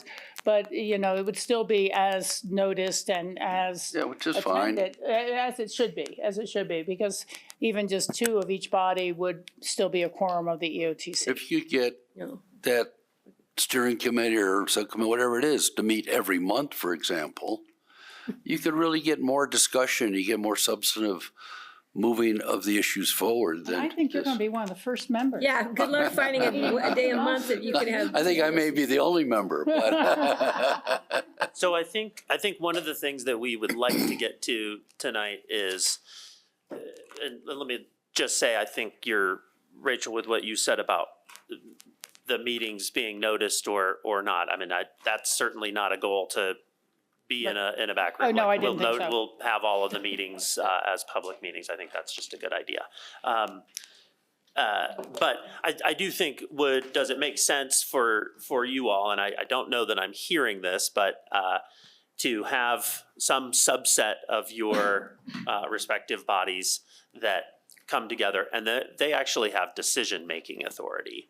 Or do you not want them to have decision-making authority? And I think what you're hearing from staff is it could make it more nimble. Alternatively, what I heard from a few of you perhaps is that some of you might be left in the dark. We do have other examples in the valley where I think there is some decision-making authority that does occur, and then the information is shared out in public meetings. So I think we would like to try to get some of that information from you tonight on, do you have a subset that has decision-making authority or not, as a first question. The question becomes decision-making authority to spend the EOTC money? Yes. Okay. No. I do not think you can have 2 members of a 5-person board make a decision to spend money and 2 members from each of our boards to spend taxpayer money without it being a full board quorum. That's why I was thinking the subcommittee can meet, flesh out plans, say why this is beneficial, why this would work well, but then it still has to come back to the full EOTC to spend $6 million on this or $4 million on that. I don't think we can do that. That's me. Do other people feel the same about wanting their full board to weigh in on spending authority? And Susan, we'll unmute you and you get to weigh in first. Go ahead, please. Thank you. I think these committee or smaller groups meeting more often or a smaller group meeting more often could be a good solution. I think we still need to continue to have these quarterly meetings with everyone there. And so, I mean, maybe that would mean more meetings for some, but not for others. But I agree that I think it would be hard for 2 members of a council to make spending decisions. But I also think in either case, what I think would actually help us move things forward is to have an appointed or elected permanent chair for the year. So one of our elected officials that from it might make more sense from the commissioners from Pitkin County, just because of working with Linda might be easier. But like the Board of Health has a chair for the year. And I just think if you have one chair that serves for the entire year, it would help push things forward. It would help really kind of organize us so that we could make some progress on things we want to do. Thank you. Those are good suggestions. I agree. I think it's a good suggestion. I have a question. How would that, and because we have a chair of Northwest COG, we have a chair of RAFTA, who chairs the meetings, but how would that make things more efficient? Maybe it would, maybe it wouldn't. Well, that chair would meet with Linda more regularly. They could potentially meet with this smaller group, more often than quarterly. And just, it's somebody who's accountable for what we decide we want to do. And so, we set some goals. We put in a few tasks to get to those goals. And then that person is helping move that forward in between meetings. It's going to take a little time besides just sitting down, at these quarterly meetings. But I just think it would really help us as a group get things done. There's also been an idea, I think it's maybe worked a little bit, where you had somebody from each jurisdiction, not just one person that was perhaps working with Linda, but you could kind of get a sense from each jurisdiction if you had a representative member there as well. And I don't know, Linda. You could have a steering committee, sort of. Mm-hmm. Yeah. Yeah, that's what this subcommittee idea sounded like to me, was a little bit of a steering committee, try to vet ideas, try to give some clarification or direction when needed, or say go ahead to apply for a grant when we're not. But it's not a committee that says we're allocating the remaining $18 million to Down Valley RAFTA. They're not making spending decisions. That would have to come back to the larger board. I would think. I would agree with that. Yeah. Sam? And then Personally, for efficiency's sake, I've always thought getting information-only memos from the EOTC to all 3 jurisdictions would be nice from time to time. And then secondly, before these EOTC meetings, I've always thought it'd be nice if each jurisdiction had their own work session with specific questions each time, so we came much more prepared to make progress. I think those work sessions would be the subcommittee meetings, and the EOTC staff could dilute the informations from each of those work sessions so that when we did meet all together, we made a decision. So just to be clear, though, you're talking about the work sessions being among the council members or the BOCC before the EOTC meeting, and the subcommittee talking to their own boards and commissions. I'm not sure if we need a subcommittee if we Yeah, do yeah, it but this I think it way. would be that's kind of like a subcommittee. That would at the very least make these meetings more productive. Yeah, specific questions, get the specific answers. And each There's been a board is time in the very past when different. that was how the process went. We would always just, pre-meet the EOTC meetings. They would dilute it, we would all meet together, it would be presented, this is what you guys basically agreed on, and we would make decisions and we'd all move forward. Yeah, a little more fast. So anyhow, one way or the other, that's a suggestion for our next meeting, is that the agenda get out sooner, that individual boards, doesn't have to be Linda running it, it could be the individual boards themselves, discuss what is going to be the EOT agenda before the meeting. We do that. We do that. We do that. We do that too. We have done that in the past, but I don't think we did not get this agenda in time to put it into a work session beforehand. But let's just leave it, let it lie. We would like more information-only memos in between meetings as updates on things that have been happening, and to make sure the agendas get out timely enough that the individual boards can discuss them as needed. I mean, I have a question about whether one of us, a group of us, this whole committee idea should help set the agendas. Or, help, ask to put things on the agendas. Just like for reference, Susan, several weeks before the RAFTA meetings, Greg and I as chair and vice chair meet with RAFTA staff to work through the agenda. They set sort of an agenda, then we talk about it, and we, sometimes things get rearranged or other things come up, or if we want something added. Yeah, and I think that communication is valuable. Yeah. That has not been the policy with EOTC per se, because the chair or whoever's chairing the meeting changes each meeting when the location changes. And then B, it's been more of our transportation staff that meet and tell us and develop this agenda with some feedback. I don't know if this agenda was presented to you, Jeff, to take a look at before, and myself as well, but just seeing the overall agenda, it looked solid. I didn't have any changes to it.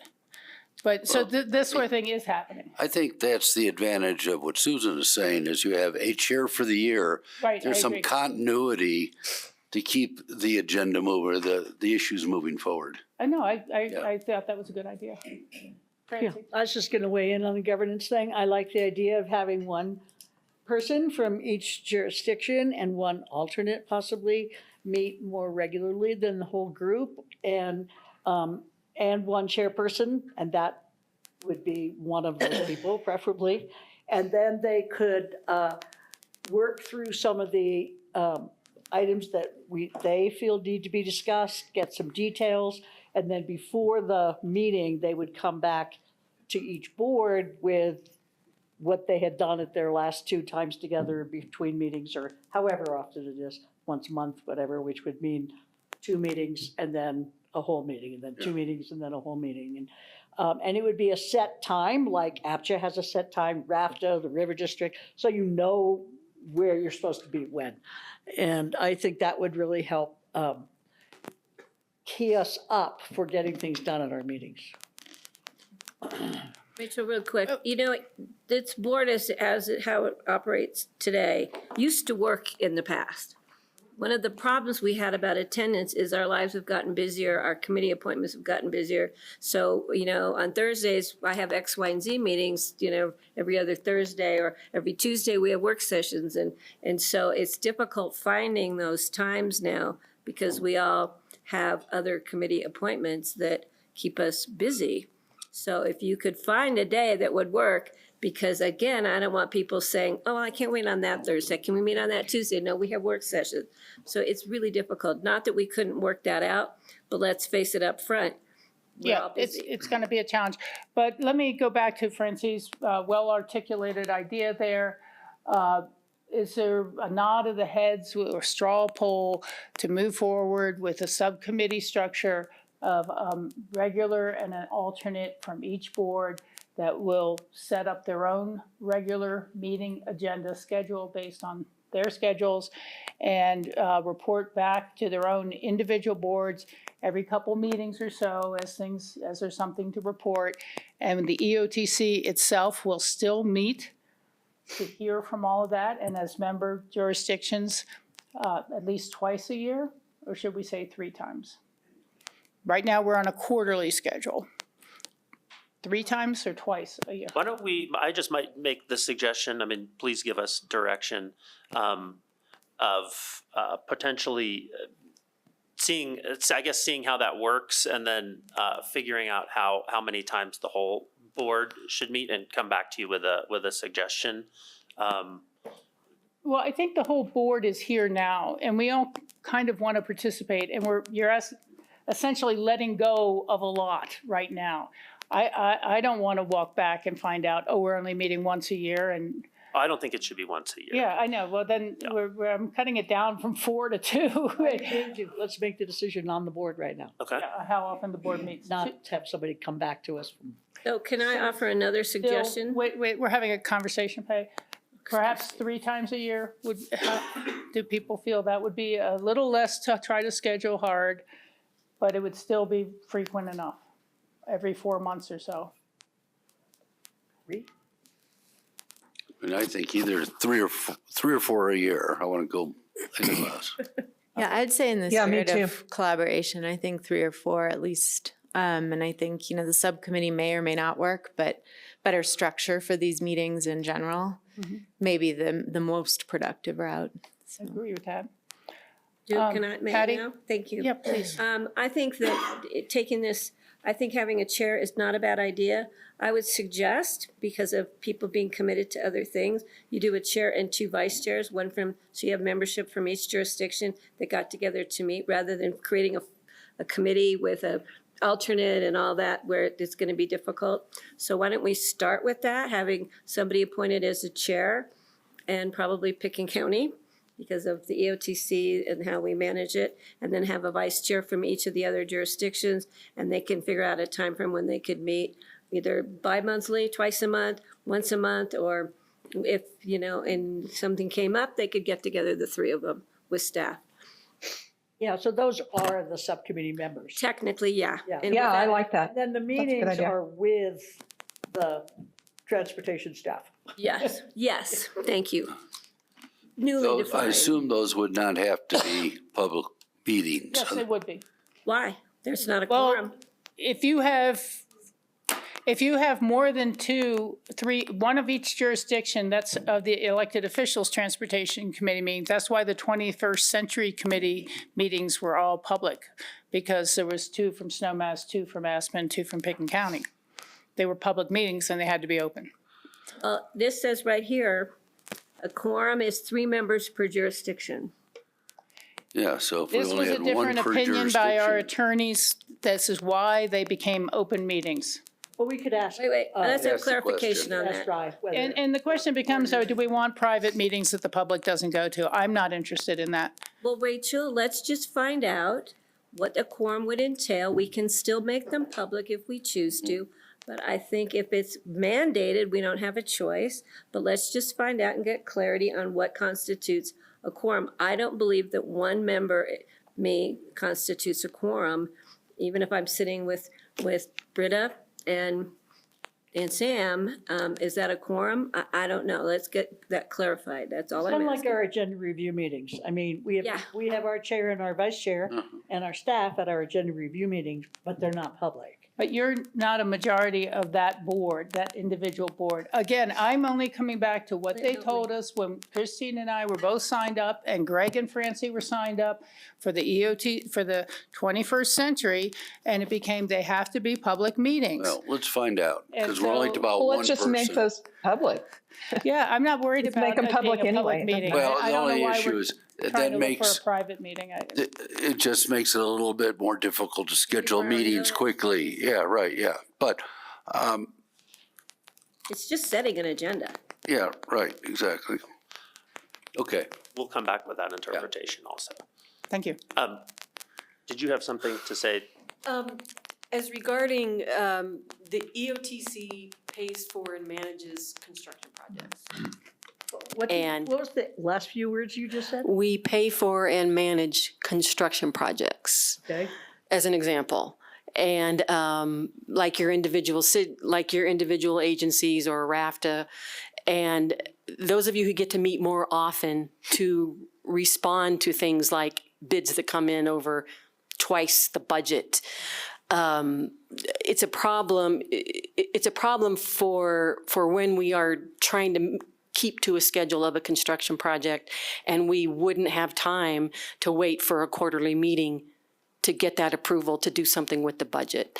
I think that I would like to get an opinion from Rye about maybe a bigger contingency fund in my budget so that I can respond to things like higher concrete costs or bids going way out of the stratosphere, but trying to still keep a project on schedule is kind of my dilemma with this.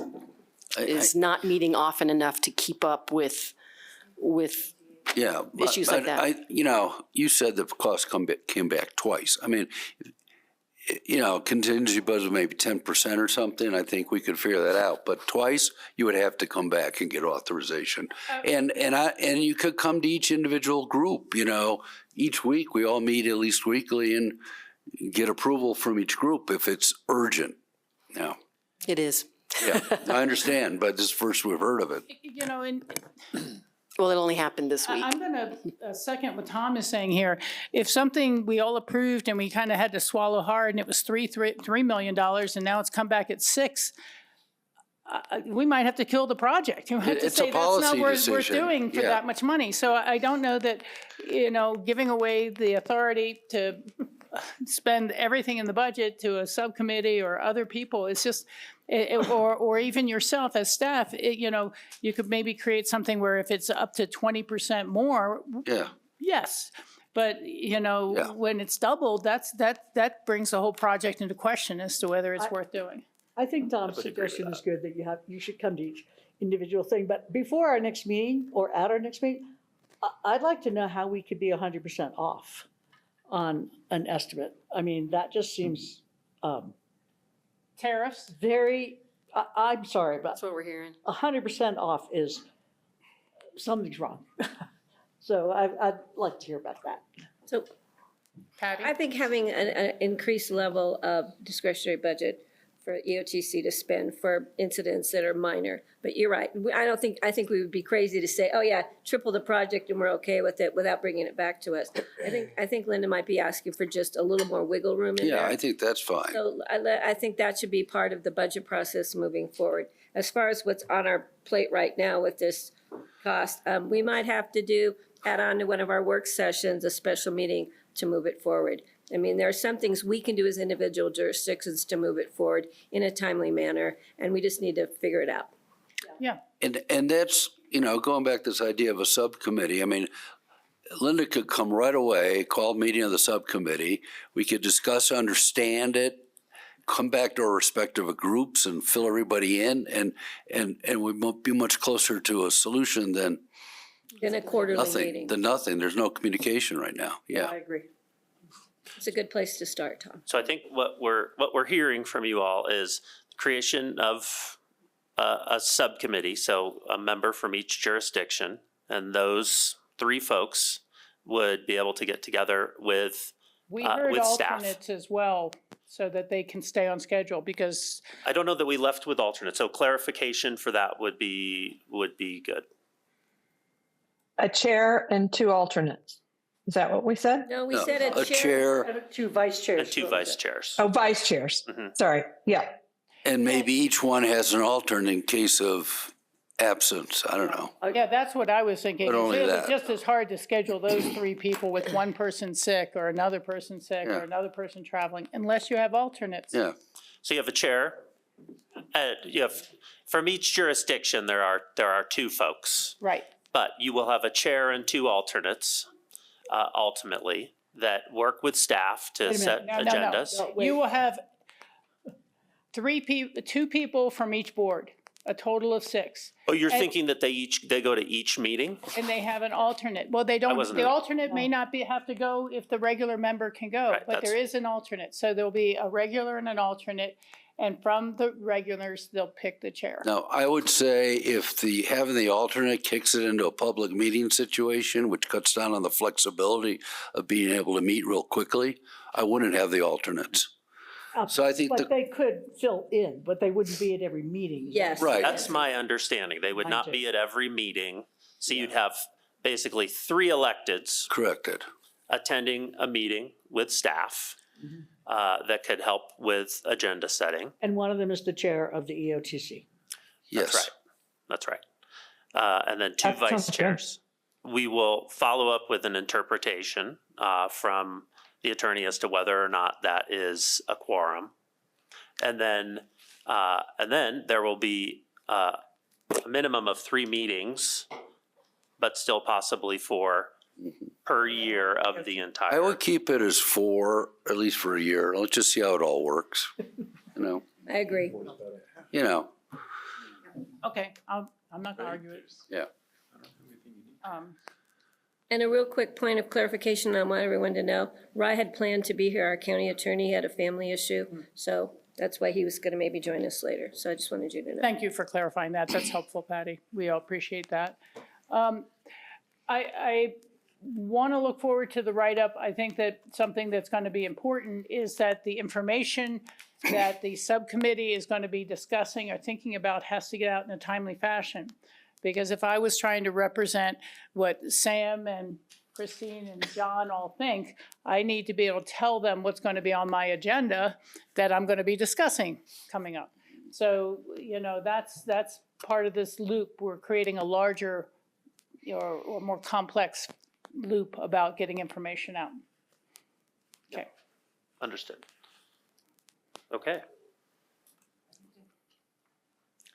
So we're good on the governance. We can bring that back to you all at a subsequent meeting. Just the write-up of what we just discussed. We'll need to amend the IGA ultimately if we're. Yeah, because it'll be I see. because that's not connected to the ballot language. That was That's just right. And adopted Rachel- among all of us.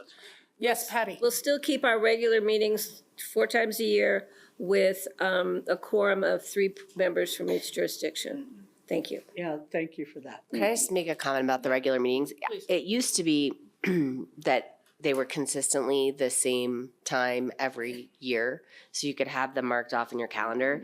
What I found frustrating about the calendar invites that just went out is it was like totally different than anything I expected. I'm out of town for most of the dates. I changed my plans today to make sure I could be here. It would be really helpful We stuck to to it. also think about when you're scheduling them in relation to some of the other boards we sit on, because that is a big thing too. Like for Patty and I, it fell a lot on the COG meetings. So we're all the way over in Silverthorne, coming back here, then sitting in another 3-hour meeting. So I know we can't avoid every conflict, but it would just be helpful to have consistency, that it's the 4th Thursday of the month of October and March and whatever they used to be, so that we can have them in, we can know in advance. It would be very helpful, because that's how we used to do it. And you Thank can you. ask us for our other schedules, because we usually have the COG schedule set up a year in advance. Yeah. And there's that- usually Northwest you're COG, but I mean, then there's CML, CCI, Yes. CCAT, the other meetings. Okay. Great. We'll work on that. Thank you. Thanks. Nobody can get sick or take a vacation. Okay, and then lastly, No I think honeymoons. the one that we had put off were the ideas for the actual projects. Those were just, as we heard earlier from Sam, just simply ideas, things for you all to think about, things that might get you thinking about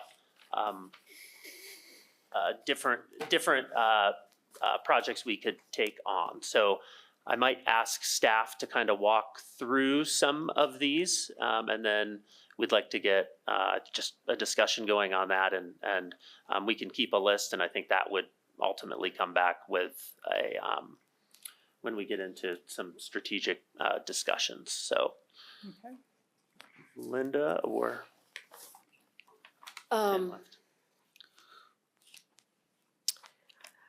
We had talked, we had asked each of our staff people to come up just with some ideas of projects going forward based on our own work, our own goals, some of the feedback from the coalition meetings that people attended. One of them is the idea of having a 1 to 5 year planning strategy, much as you all did when you created the comprehensive transportation plan, Valley Plan, and a set of projects such as the near-term transit improvement program that we're now finishing that up. And then those projects would be planned at a strategic planning session. We also, our next one is to fund regional transit and mobility service gaps and initiatives beyond the county and through the valley. Sam might want to elaborate on that. Regional projects such as the carpooling app, creation, support, and maintenance, and figuring out management-wise where that would live. A regional or county-wide parking management plan. We need to, and this is actually part of our 2026 work plan, but we hadn't figured out what it was gonna look like. Collaborating throughout the valley and with the tourism organizations about transportation during the airport closure in 2027. We're gonna have a lot of construction vehicles up in the valley, people driving in, tourism's going to probably suffer from it. Commuters will be in traffic more with construction vehicles. It's probably going to be a big mess. So how we strategically tackle that. Employer trip reduction services. The city has a really excellent employer program they've been running for several years. We had an idea to expand on that, depending on how we could fund it and manage it. Ideas for different types of transit in the valley. Maybe we all have talked about a shuttle system that runs more frequently out of Brush Creek. Also, another idea along the list that would support that is optimizing Brush Creek, maybe doubling the number of parking spaces out there. Now that the county owns it, we have the option to do a master plan for Brush Creek that would include that. Something that could possibly be done with smaller vehicles, more agile vehicles, shuttles from the airport. We have been talking, I know Brian's been working on a shuttle out of Brush Creek up to the Bells to take some of the pressure off of the Highlands parking garage. Just a step back to look at, and this would include both expanding RAFTA services if we could fund that, and also different types. It could also include employer van pools. There's a lot more potential to do van pools. Maybe people that are still gonna wanna drive from Western Garfield County, but we can stop them at Brush Creek and do van pools and smaller vehicles coming into Aspen and Snowmass and throughout the county. A lot of parts of the country have solved some of these congestion problems with actually regulating travel through transportation demand management ordinances that hit new development, they hit construction site transportation, and also are managed through employers that have actual rules and goals about how many trips each is responsible for reducing.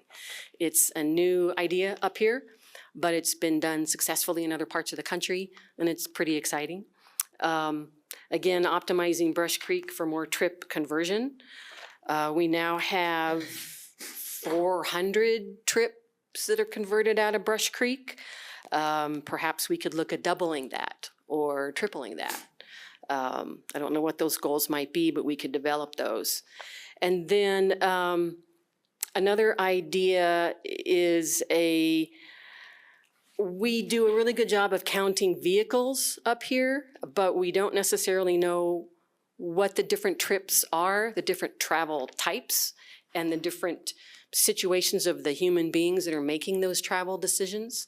A more sort of deep TDM analysis that would be managed through employers is a way to sort of get at that understanding the behaviors that make people choose the transportation options that they choose.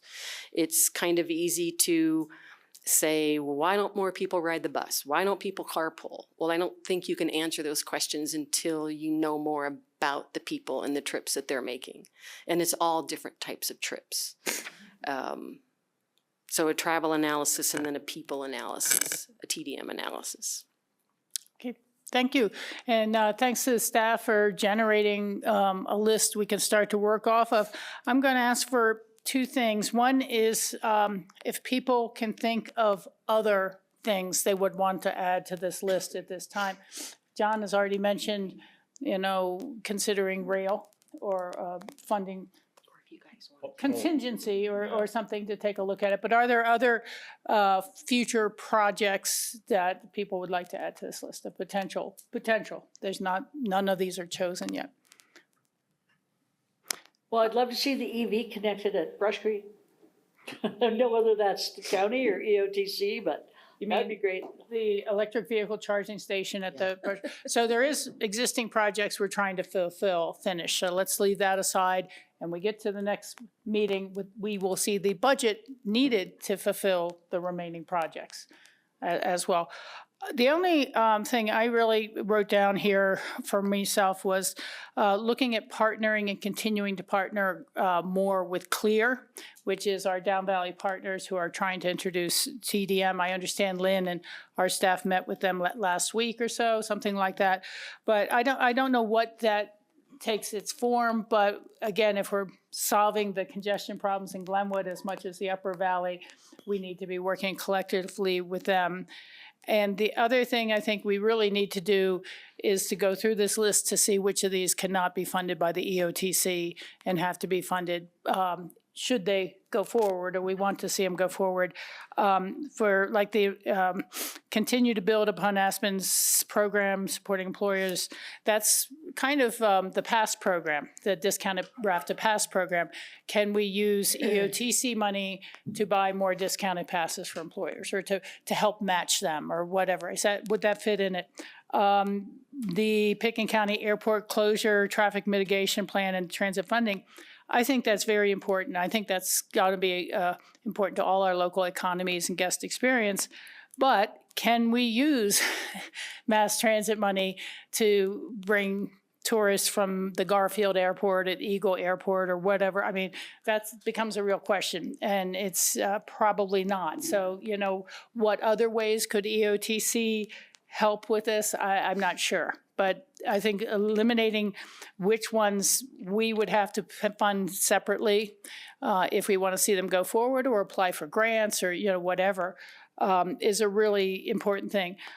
I don't know that we could or should be the ones to develop a regional parking plan, but I'd love to see other partners charging to park instead of just saying, hey, congestion's a problem, let's spend more taxes on buses. At some point, there's got to be disincentives too, and right now we're just all in the incentive business here. I'll stop with that, but I just wanted to say if anybody has thoughts on any of these, I think obviously you could do a strategic plan with the transportation money because it's how to spend the transportation money. But I don't know about all these others. Could they really be, which we can use money on, which we can't? Rachel, can I, again, not having had the opportunity to have a presentation by the Transportation Coalition, I have a gut feeling that a lot of these cross over. So rather than reinvent the wheel again, because we've reinvented it for 40 years now, I'd like us to not do that again. I think looking at what the Transportation Coalition has done with this list here and adding to it makes better sense than them coming in over here and us saying this over here. Maybe that is a presentation we should have at a time when we're all in the room and hear the presentation of the coalition and helping us create trip reduction ideas and also knowing what we can fund and not fund. And I think the coalition does have an interest in coming to present to this board with their findings. And they sent their final report today to all of us. I haven't had the I know. opportunity. Yeah, it's too I late to wasn't part read of it, so right I'm not before the privy to it meeting. like some are. But again, if there was one I wanted to advance here from this list, it's increasing the bus service that in a way that captured more more cars, particularly Brush Creek intercept lot. And I think there's some effort going with RAFTA now to do a bus that goes from the Brush Creek intercept lot up to the high school and the hospitals already. So RAFTA's been developing that already. I don't know if the frequencies are what this group was thinking, or if we would need to augment that with additional funding for the frequencies. But at least how do we get maximize, if the goal is maximizing use of the Brush Creek intercept lot, that's a goal for me. And getting more cars there, out of their car there. What transit services, or do we need to augment any other services that RAFTA feels we would catch more cars? I mean, they're the data experts on this. Francie? Yeah, I'll speak to the one about the parking, because between the airport proposal to double the parking and Brush Creek to double the parking, we're asking more people to get in their cars and drive around. I don't understand that. It's the antithesis of what our goals have been for years in this valley, to reduce emissions and get more cars off the road. I don't think increased parking, especially free parking, as you point out, is a way to encourage people to get on the bus. I think it's exactly the opposite. And I just really hate to see all those down valley commuters drive all the way to Brush Creek and then get on a bus just to avoid the last few miles. I don't really support that one. I'm sorry, Rachel. Yeah, no, I understand, but where do you want the buses to start to catch more people that the EOTC should be funding? Possibly free fare. Okay, have to have I want to buses. bring back out the free fare data. Ridership was down the 2 months of free fare. It was down. But there were other political issues at the time where I think some people didn't want to get on a bus. Right, and we also know that to truly go to a fare-free system, we need to have 25% more bus drivers, 25% more buses, this is what Kurt But wait a minute, has you're said saying to the our- opposite. You're saying riders were down, but we need more bus drivers. No, How no, could that be We're true? going to capture the 2,500 cars a day that the Transportation Coalition wants to capture. They're not coming Right, to that's town. true. That Yeah. was the number they came up with. But Well, it's not just buses though. It would need to be probably HOV 3 plus vehicles as well, or vans, or, Right. I mean, it could be other options. And so now we can go back to HOV enforcement starting at Old Snowmass Canyon, and we could fund that. That's an idea that's not on this. It can't come out of EOTC money, but it could come out of our general funds, just like the car share app could. I'm serious. Because we're at a Yeah, kind of funny point that way. I mean, I keep coming back, there's this split in terms of projects between strictly mass transit, which are clear, and then reducing congestion like the carpool app and things like that. And I think really need to hear from the attorney where we are on that line. And I'm not in favor of going back to the voters to get our remit changed until we really have a really clear vision of what we want to do and how we're going to do it. So I think it's really important. I'm sorry the lawyer's not here today, because that would have been really helpful. Yeah. Which also brings up, I think the modeling could be really helpful, because then if we could fund that, and then it would show us where we need to potentially spend money. I think that could be valuable.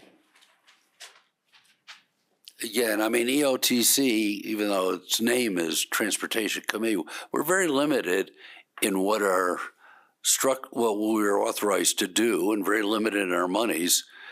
We got to be clear. I mean, there's a lot of transportation issues. Most of them fall within the county, so. And we will be bringing that back, Yeah. obviously, but I think you're going to hear that you remain limited. So Yeah, your scope. so let's just be really clear scope. what our limits are, so we can then focus on things, get things done within whatever we're allowed to do. Right. Well, Tom, I agree with you entirely, especially on the EOTC money, but I'd like to hope that maybe we consider doing more than that with our general fund individually and contributing, because otherwise, having sat through the 21st Century Transportation Committee, a lot of those ideas are not going to be able to be funded by the EOTC. and they all work together. They all come together or they don't come together. And so I think that we're gonna need more than just EOTC money to do some of these things. And I wanna have the full presentation and make sure people are fully aware of whether or not we can actually implement some of those suggestions that are coming out of the Transportation Coalition, unless we are planning on building a 6-lane. Because the state is not telling us that they would allow us to take all the HOV vehicles and all the transit vehicles and put them in the bus lane and do it. And still, not without starting a new environmental impact statement. And we could start a new environmental impact statement to look at all sorts of things all over again. But, you know, I just am saying, we could model things we're not allowed to do. We could model things we're not allowed to implement. And I'm worried about that. Well, I mean, there is a value to modeling. Is not expensive in the realm of things, and it doesn't hurt to model and understand if there's something that could really make a difference. But right now, it's not, permitted. Maybe then you put in the effort to get it made possible. But I don't know. But modeling's not a big number. Yeah. We are doing some modeling on the entrance, and we'll be presenting that soon. But if we're going to do modeling, I want to see us modeling paid parking in Snowmass Village. We can't keep saying Aspen's the only one to do paid parking, and we want to model how we control congestion, how we get more people on the buses. Then we have to start talking about modeling with the TDMs in place. We need to start talking about paid parking at the Airport Business Center. You know, we can't just say, we're all going to control congestion. Aspen could go up to $10 an hour. Snowmass is the free lunch with free parking. And by the way, let's all put the EOTC money into free buses. You know, that's all carrots. We have to have sticks as much as carrots. And now we're sitting here talking about what new carrots we can put in the stew rather than what are the sticks. And the 21st century is sticks. I mean, that's about trying to charge cars, every car that comes into Aspen, a fee if they're not on a bus. Or if they're not a high occupancy vehicle, or willing to pay the Lexus lane fee. Or they're a service vehicle. Right. And their employee will pay it. So I think we've got some good ideas and good discussion here.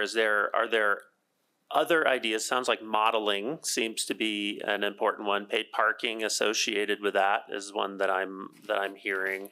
But again, in addition to this, parking, is that in the remit of EOTC? I don't know. Parking doesn't have anything to do with buses, other than gets cars off the road and maybe buses can go faster. But we need to know what we can focus on, what we can't focus on. Sounds like that's going to be top priority. Yeah. Thank you. Are there any other thoughts or questions from the group related to these projects or others that don't have to do with legal interpretations at the moment, because we know we've got to bring it up. Explain what your third point was about disseminating the funds instead of spending them. What was that? You had that slide that said the 18% we could redistribute it. What does that mean?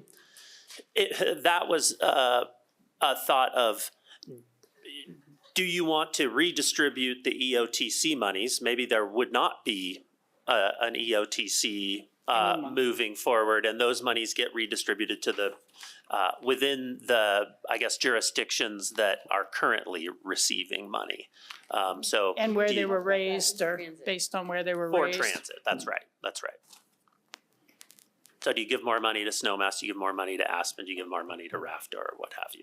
Things along those lines. And We then, didn't talk about that. no, you didn't. No, we didn't. That's an option. You could all individually do more. You could do more service to Phillips Curve with the Woody Creek shuttle, because that's paid for out of the EOTC general budget. So everything that's paid for out of the general budget now would go away. Linda would go away. Future projects would go away. We would just redistribute the money I believe to our that was the transportation idea with the departments. suggestion. In that instance, that's right. Yeah. I would be concerned that we wouldn't then be working together. And I think that is a huge benefit to potentially be able to all get together and make some plans together and solve problems as, you know, 3 jurisdictions working together. I'd weigh in on the master plan for Brush Creek. That just feels like a really good focal point. That's our confluence, and there's a lot of productive space there too. So that's a good top second, some priority. movement in that. And I think there was a desire of, we keep talking about a strategic plan maybe with a 5-year horizon, but we know that we're going to be halfway through the year, coming up here pretty soon, as for staff to walk away too with some ideas of, are there priorities for like a year one that you're seeing on this list or others that we can explore, make sure they might be legal, but to Britta's point, that one could be one that we perhaps advance and see if it's feasible. All right, well, let's just go down the line. Do you have another? Oh, Just one more thing. Looking at TDM ordinances targeted towards new development, construction, site trip reduction. And this may put your airport hat on. With all the construction happening next summer, and Brian Pettit's pacing in the back about this, he has most of his staff come up and down in shuttles that he provides every day. And they say they only work here because of that kind of service. If we know we're having a massive influx of construction next summer, is there something we could do? I don't think funding would work for this, but just as a strategy overall for this topic, to manage the huge number of people who are probably coming up from the same region to the same job site every day, probably be a good thing if it's not already in the works. Yeah, and I think right now, because it sounds like City of Aspen does have some rules around that. The county does not, but one of the things that we are looking at as far as moving people to and from work on a large construction project, that was part of part of the bid that we got of ideas of how to not jam up the highway corridor, is being able to move people more efficiently, whether that is on buses or in vans and those types of things. So there's a whole lot of communication happening in the background as we speak, as it relates to airport closure and all of the different construction projects that may be happening during that time, about transportation, related to, if you can't fly in here, how do people get here if it's not a rental car? Can you come up with alternative ideas? So those conversations are also happening. So hopefully that answers your question on the. If they're happening, yeah. Okay. Patty? Real quick, and Brian, help me if I'm incorrect here. Pitkin County's construction management plans already deal with traffic, because you can't legally park on county roads. You either have to park. That's right. So if you have a big lot, somebody told me they counted 42 cars at one site because they had a huge lot. So there's only so much we can do. I have requested over many times now that the city maybe put into their, maybe Snowmass into their construction management plan. Patty, can you speak into your speaker so that I can hear you better? You could only park X amount of cars, the rest have to be carpooled. Carpooling in the county has worked really well on construction sites. Lessons learned, a good lesson learned. So I just want to put that out there. Great. I'd love to see the county share its policy with us. Make sure we're doing It's the in our same. construction management Under your plan. construction management. Thank you for that. All right, Britta, I was just gonna ask, did you have, I love the Brush Creek Management Plan focus as a top priority. Did you have others, and we'll come around the line as top priorities you'd like to see if there were potentially year one projects? We're not gonna vote on them or anything like that, but. I guess, again, I don't want to restate what others said, but without understanding more about what the Transportation Coalition has to bring to us, I think that I would kind of stop there for me in this year. That's fine. Tom?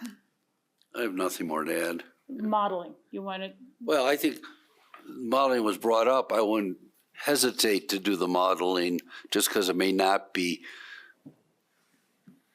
something that the CDOT would allow today, but I would continue with it because it doesn't cost that much to model, and maybe we'll find some great solutions, but that's all. Thank you. Christine? The only other random idea I would throw out is and to address first and last mile mobility, service gaps is North 40 has been recently brought up to me. The 90 homes out there, a lot of families don't take any kind of transportation because it's too far to walk from parts of the North 40. So some kind of pilot program out there. Interesting. Yeah? Sure. So it hasn't been said yet today. I think at the end of the day, we're a rural resort. And so how are the plans that come out from this table, how are you a world-class rural resort? So in other words, is Brush Creek the world-class transportation solution? And if it's the hub that we're all looking for in terms of destinations to Aspen and Snowmass, what is the integrated solution that starts at Brush Creek and finishes at either Aspen or Snowmass? And I'm not hearing that. So there's an issue today, right? We have a free parking lot with free Wi-Fi and free fares to two destinations. And yet the only people that seem to have gotten the notice are the mobile home community that like to live there over the winter, which is wonderful. But yet as something that commuters take every day, we're still not full. Right. There's never a variable message sign on the highway that says the parking lot's full other than for the Up in the Sky Festival or for Jazz Aspen. And so to me, X Games. So this board has this asset that even free, we cannot give away. Even with free transportation, we cannot fill up. And so to me, I'm happy to look at another PDF and plan, but I'd rather see why isn't this lot full every step of the way? Should we, instead of thinking about full fare and the whole access corridor, are there other stops along the way? Is it Snowmass? Is it Basalt that we also say are free, right? So we're taking people off the road before the canyon, and we're still focusing on solving Pitkin County led solutions. So thank you for my diatribe. Thank you. That was an interesting kind of variation on a theme of what if you were able to do reduced or free fare from a lower point in the valley, and would that help? And we'd have to see what the capacity is for the park and ride lot there, but that's an interesting one to add to the list. Anything else, Jeff? I just want to support what Jeffrey said about we're supposed to be a world-class resort, and we have this clunky car situation coming into town, which just is not world-class. This is why people were so excited about light rail and 98. And gondolas. So much classier than buses, but we got pretty classy buses now. John, other things you'd like to endorse on the list or add to the list? Just a couple things I heard that were touched on here tonight. I think anytime we can enhance transit options too, and the two examples I can think of are, this was pointed out just the other night, our crosstown shuttle being discontinued during the off-season. I know some people in the West End do depend on it year-round. So there's that. I know it's all tied to housing. And then the other area would be buses to Redstone, which was also brought up earlier. But I've been talking to some people in Redstone, and I know they would appreciate just a circulator so they could, although that's going to be a problem with the bridge being replaced this summer. But at any rate, in the future, I know Redstone would like their transit situation enhanced if possible. Yeah, thank you. The in-town would be us as opposed to EOTC for the crosstown shuttle.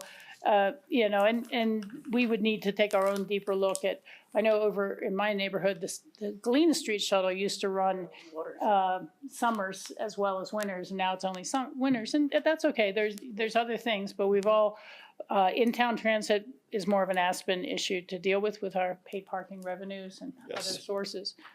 I'll come over. I was just thinking about what Francie was saying about the park and ride and about people driving there and then getting out of their car and getting on a bus. I mean, I had brought up to RAFTA because in my discussions with the school, just increasing the opportunity to park at the park and ride, because there is so much, I mean, the coalition reported on it, and I forget what the number was, but it was a crazy amount of traffic generated coming in town and out of town of people dropping their kids off at school. Right. And like the thing is you can say to people, that's ridiculous. There's a school bus. You should be putting your kid on the school bus. But for a lot of people, especially working parents, it is like a special time in the morning where they can be with their kids. And so to say to people, don't do that or you can't do that, I just don't know that that's going to work.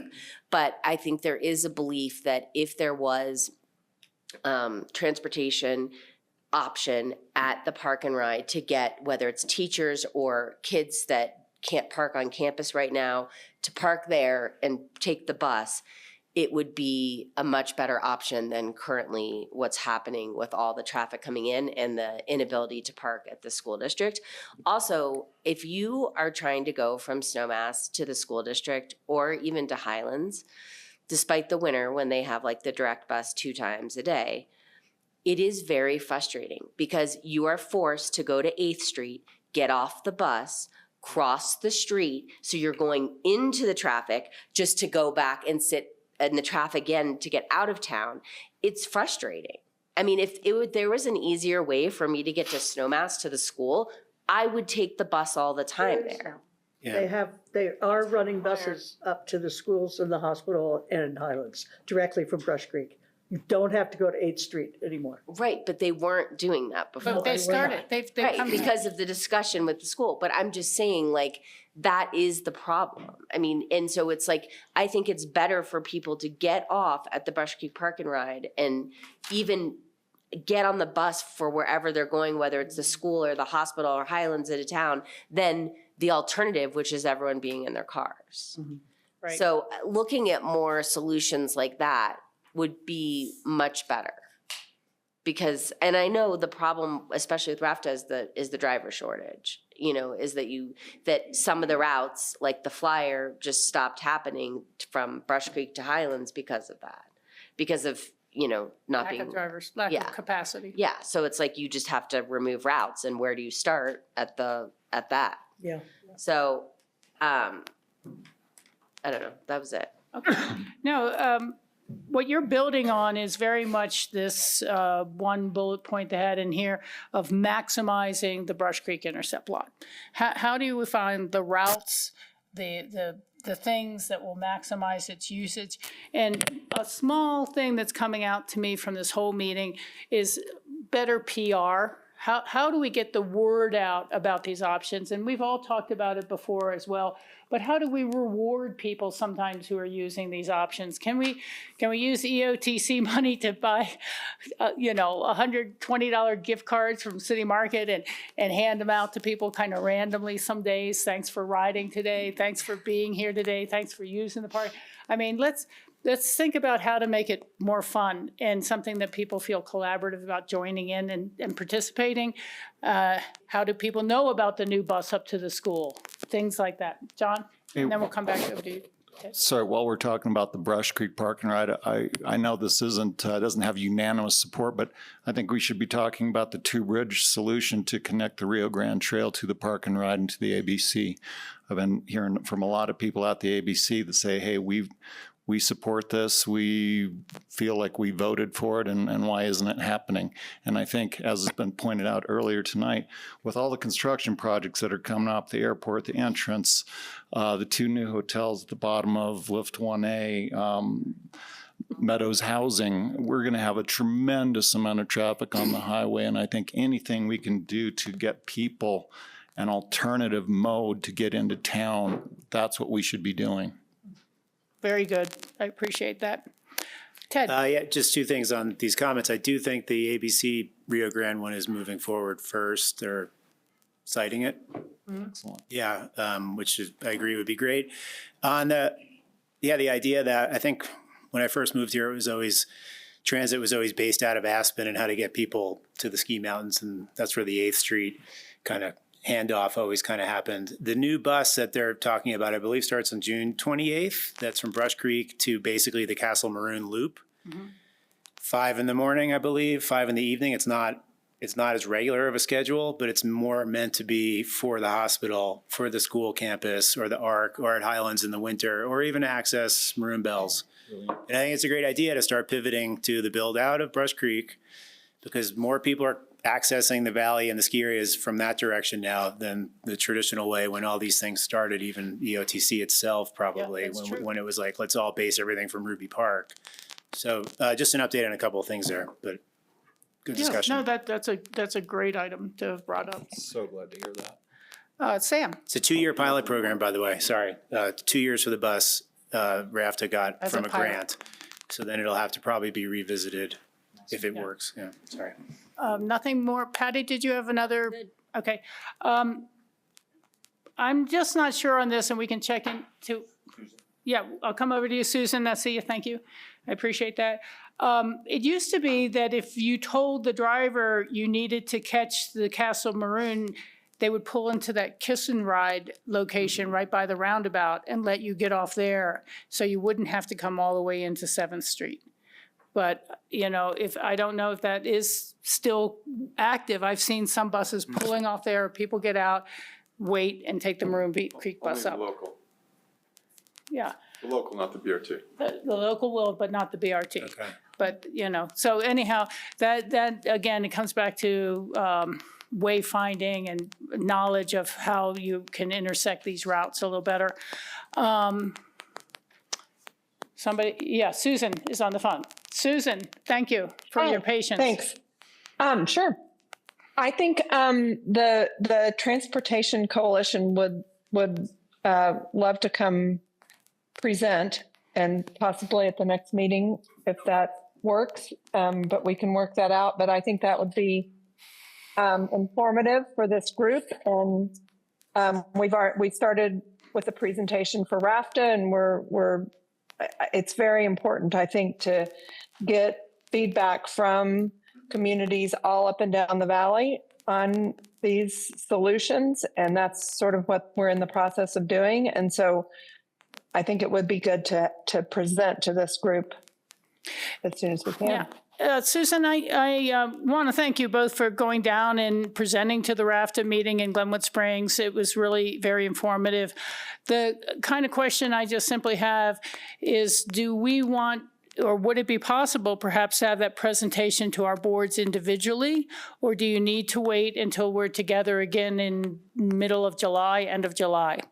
I kind of think we could work you onto our agenda sooner for a presentation in Aspen if Snowmass could and others wanted to, rather than, and then we could meet as an EOTC and perhaps have a refresher and discuss it, but we've all seen it beforehand and not, and then be a little more prepared to move forward. Yeah, I think that's a good idea. We want to make sure that we're gathering information from not just electeds, but business groups and, all different community sources before we just, take it all just to the electeds. Because I think we need feedback from, all Okay. facets Yeah, of the whatever communities. timing makes sense for you. I was just going to suggest Sure. that we don't have to wait till it's all the EOTC. And I it appreciate seems that. like if individually our boards were able to look at it a little bit, it would make the EOTC presentation of it that much more productive.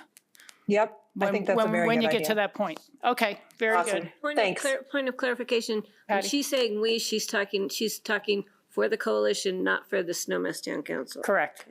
Yes, I'm sorry. just confused at the role here. Yeah, no, thank you for that, Patty. Let's see.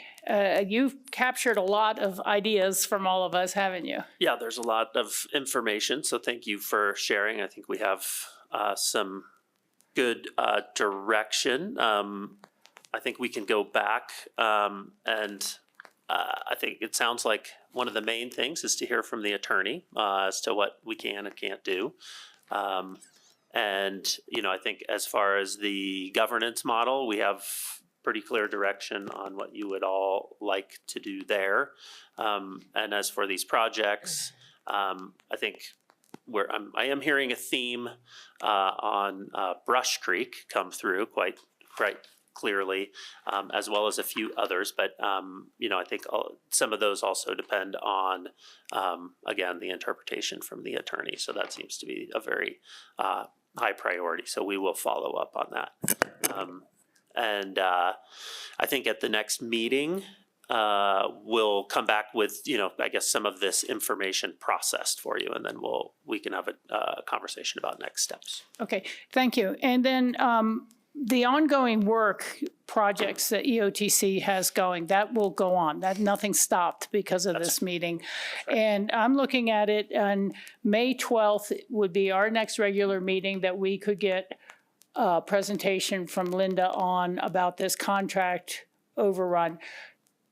Can you guys get it on Snowmass and your board's agendas in a timely fashion? Right away. And if you could get us the memo out as soon as possible about why the price has doubled. Yeah. And what the project entails, so that we can all think about it as our individual Yeah, with boards. sufficient detail to really understand it.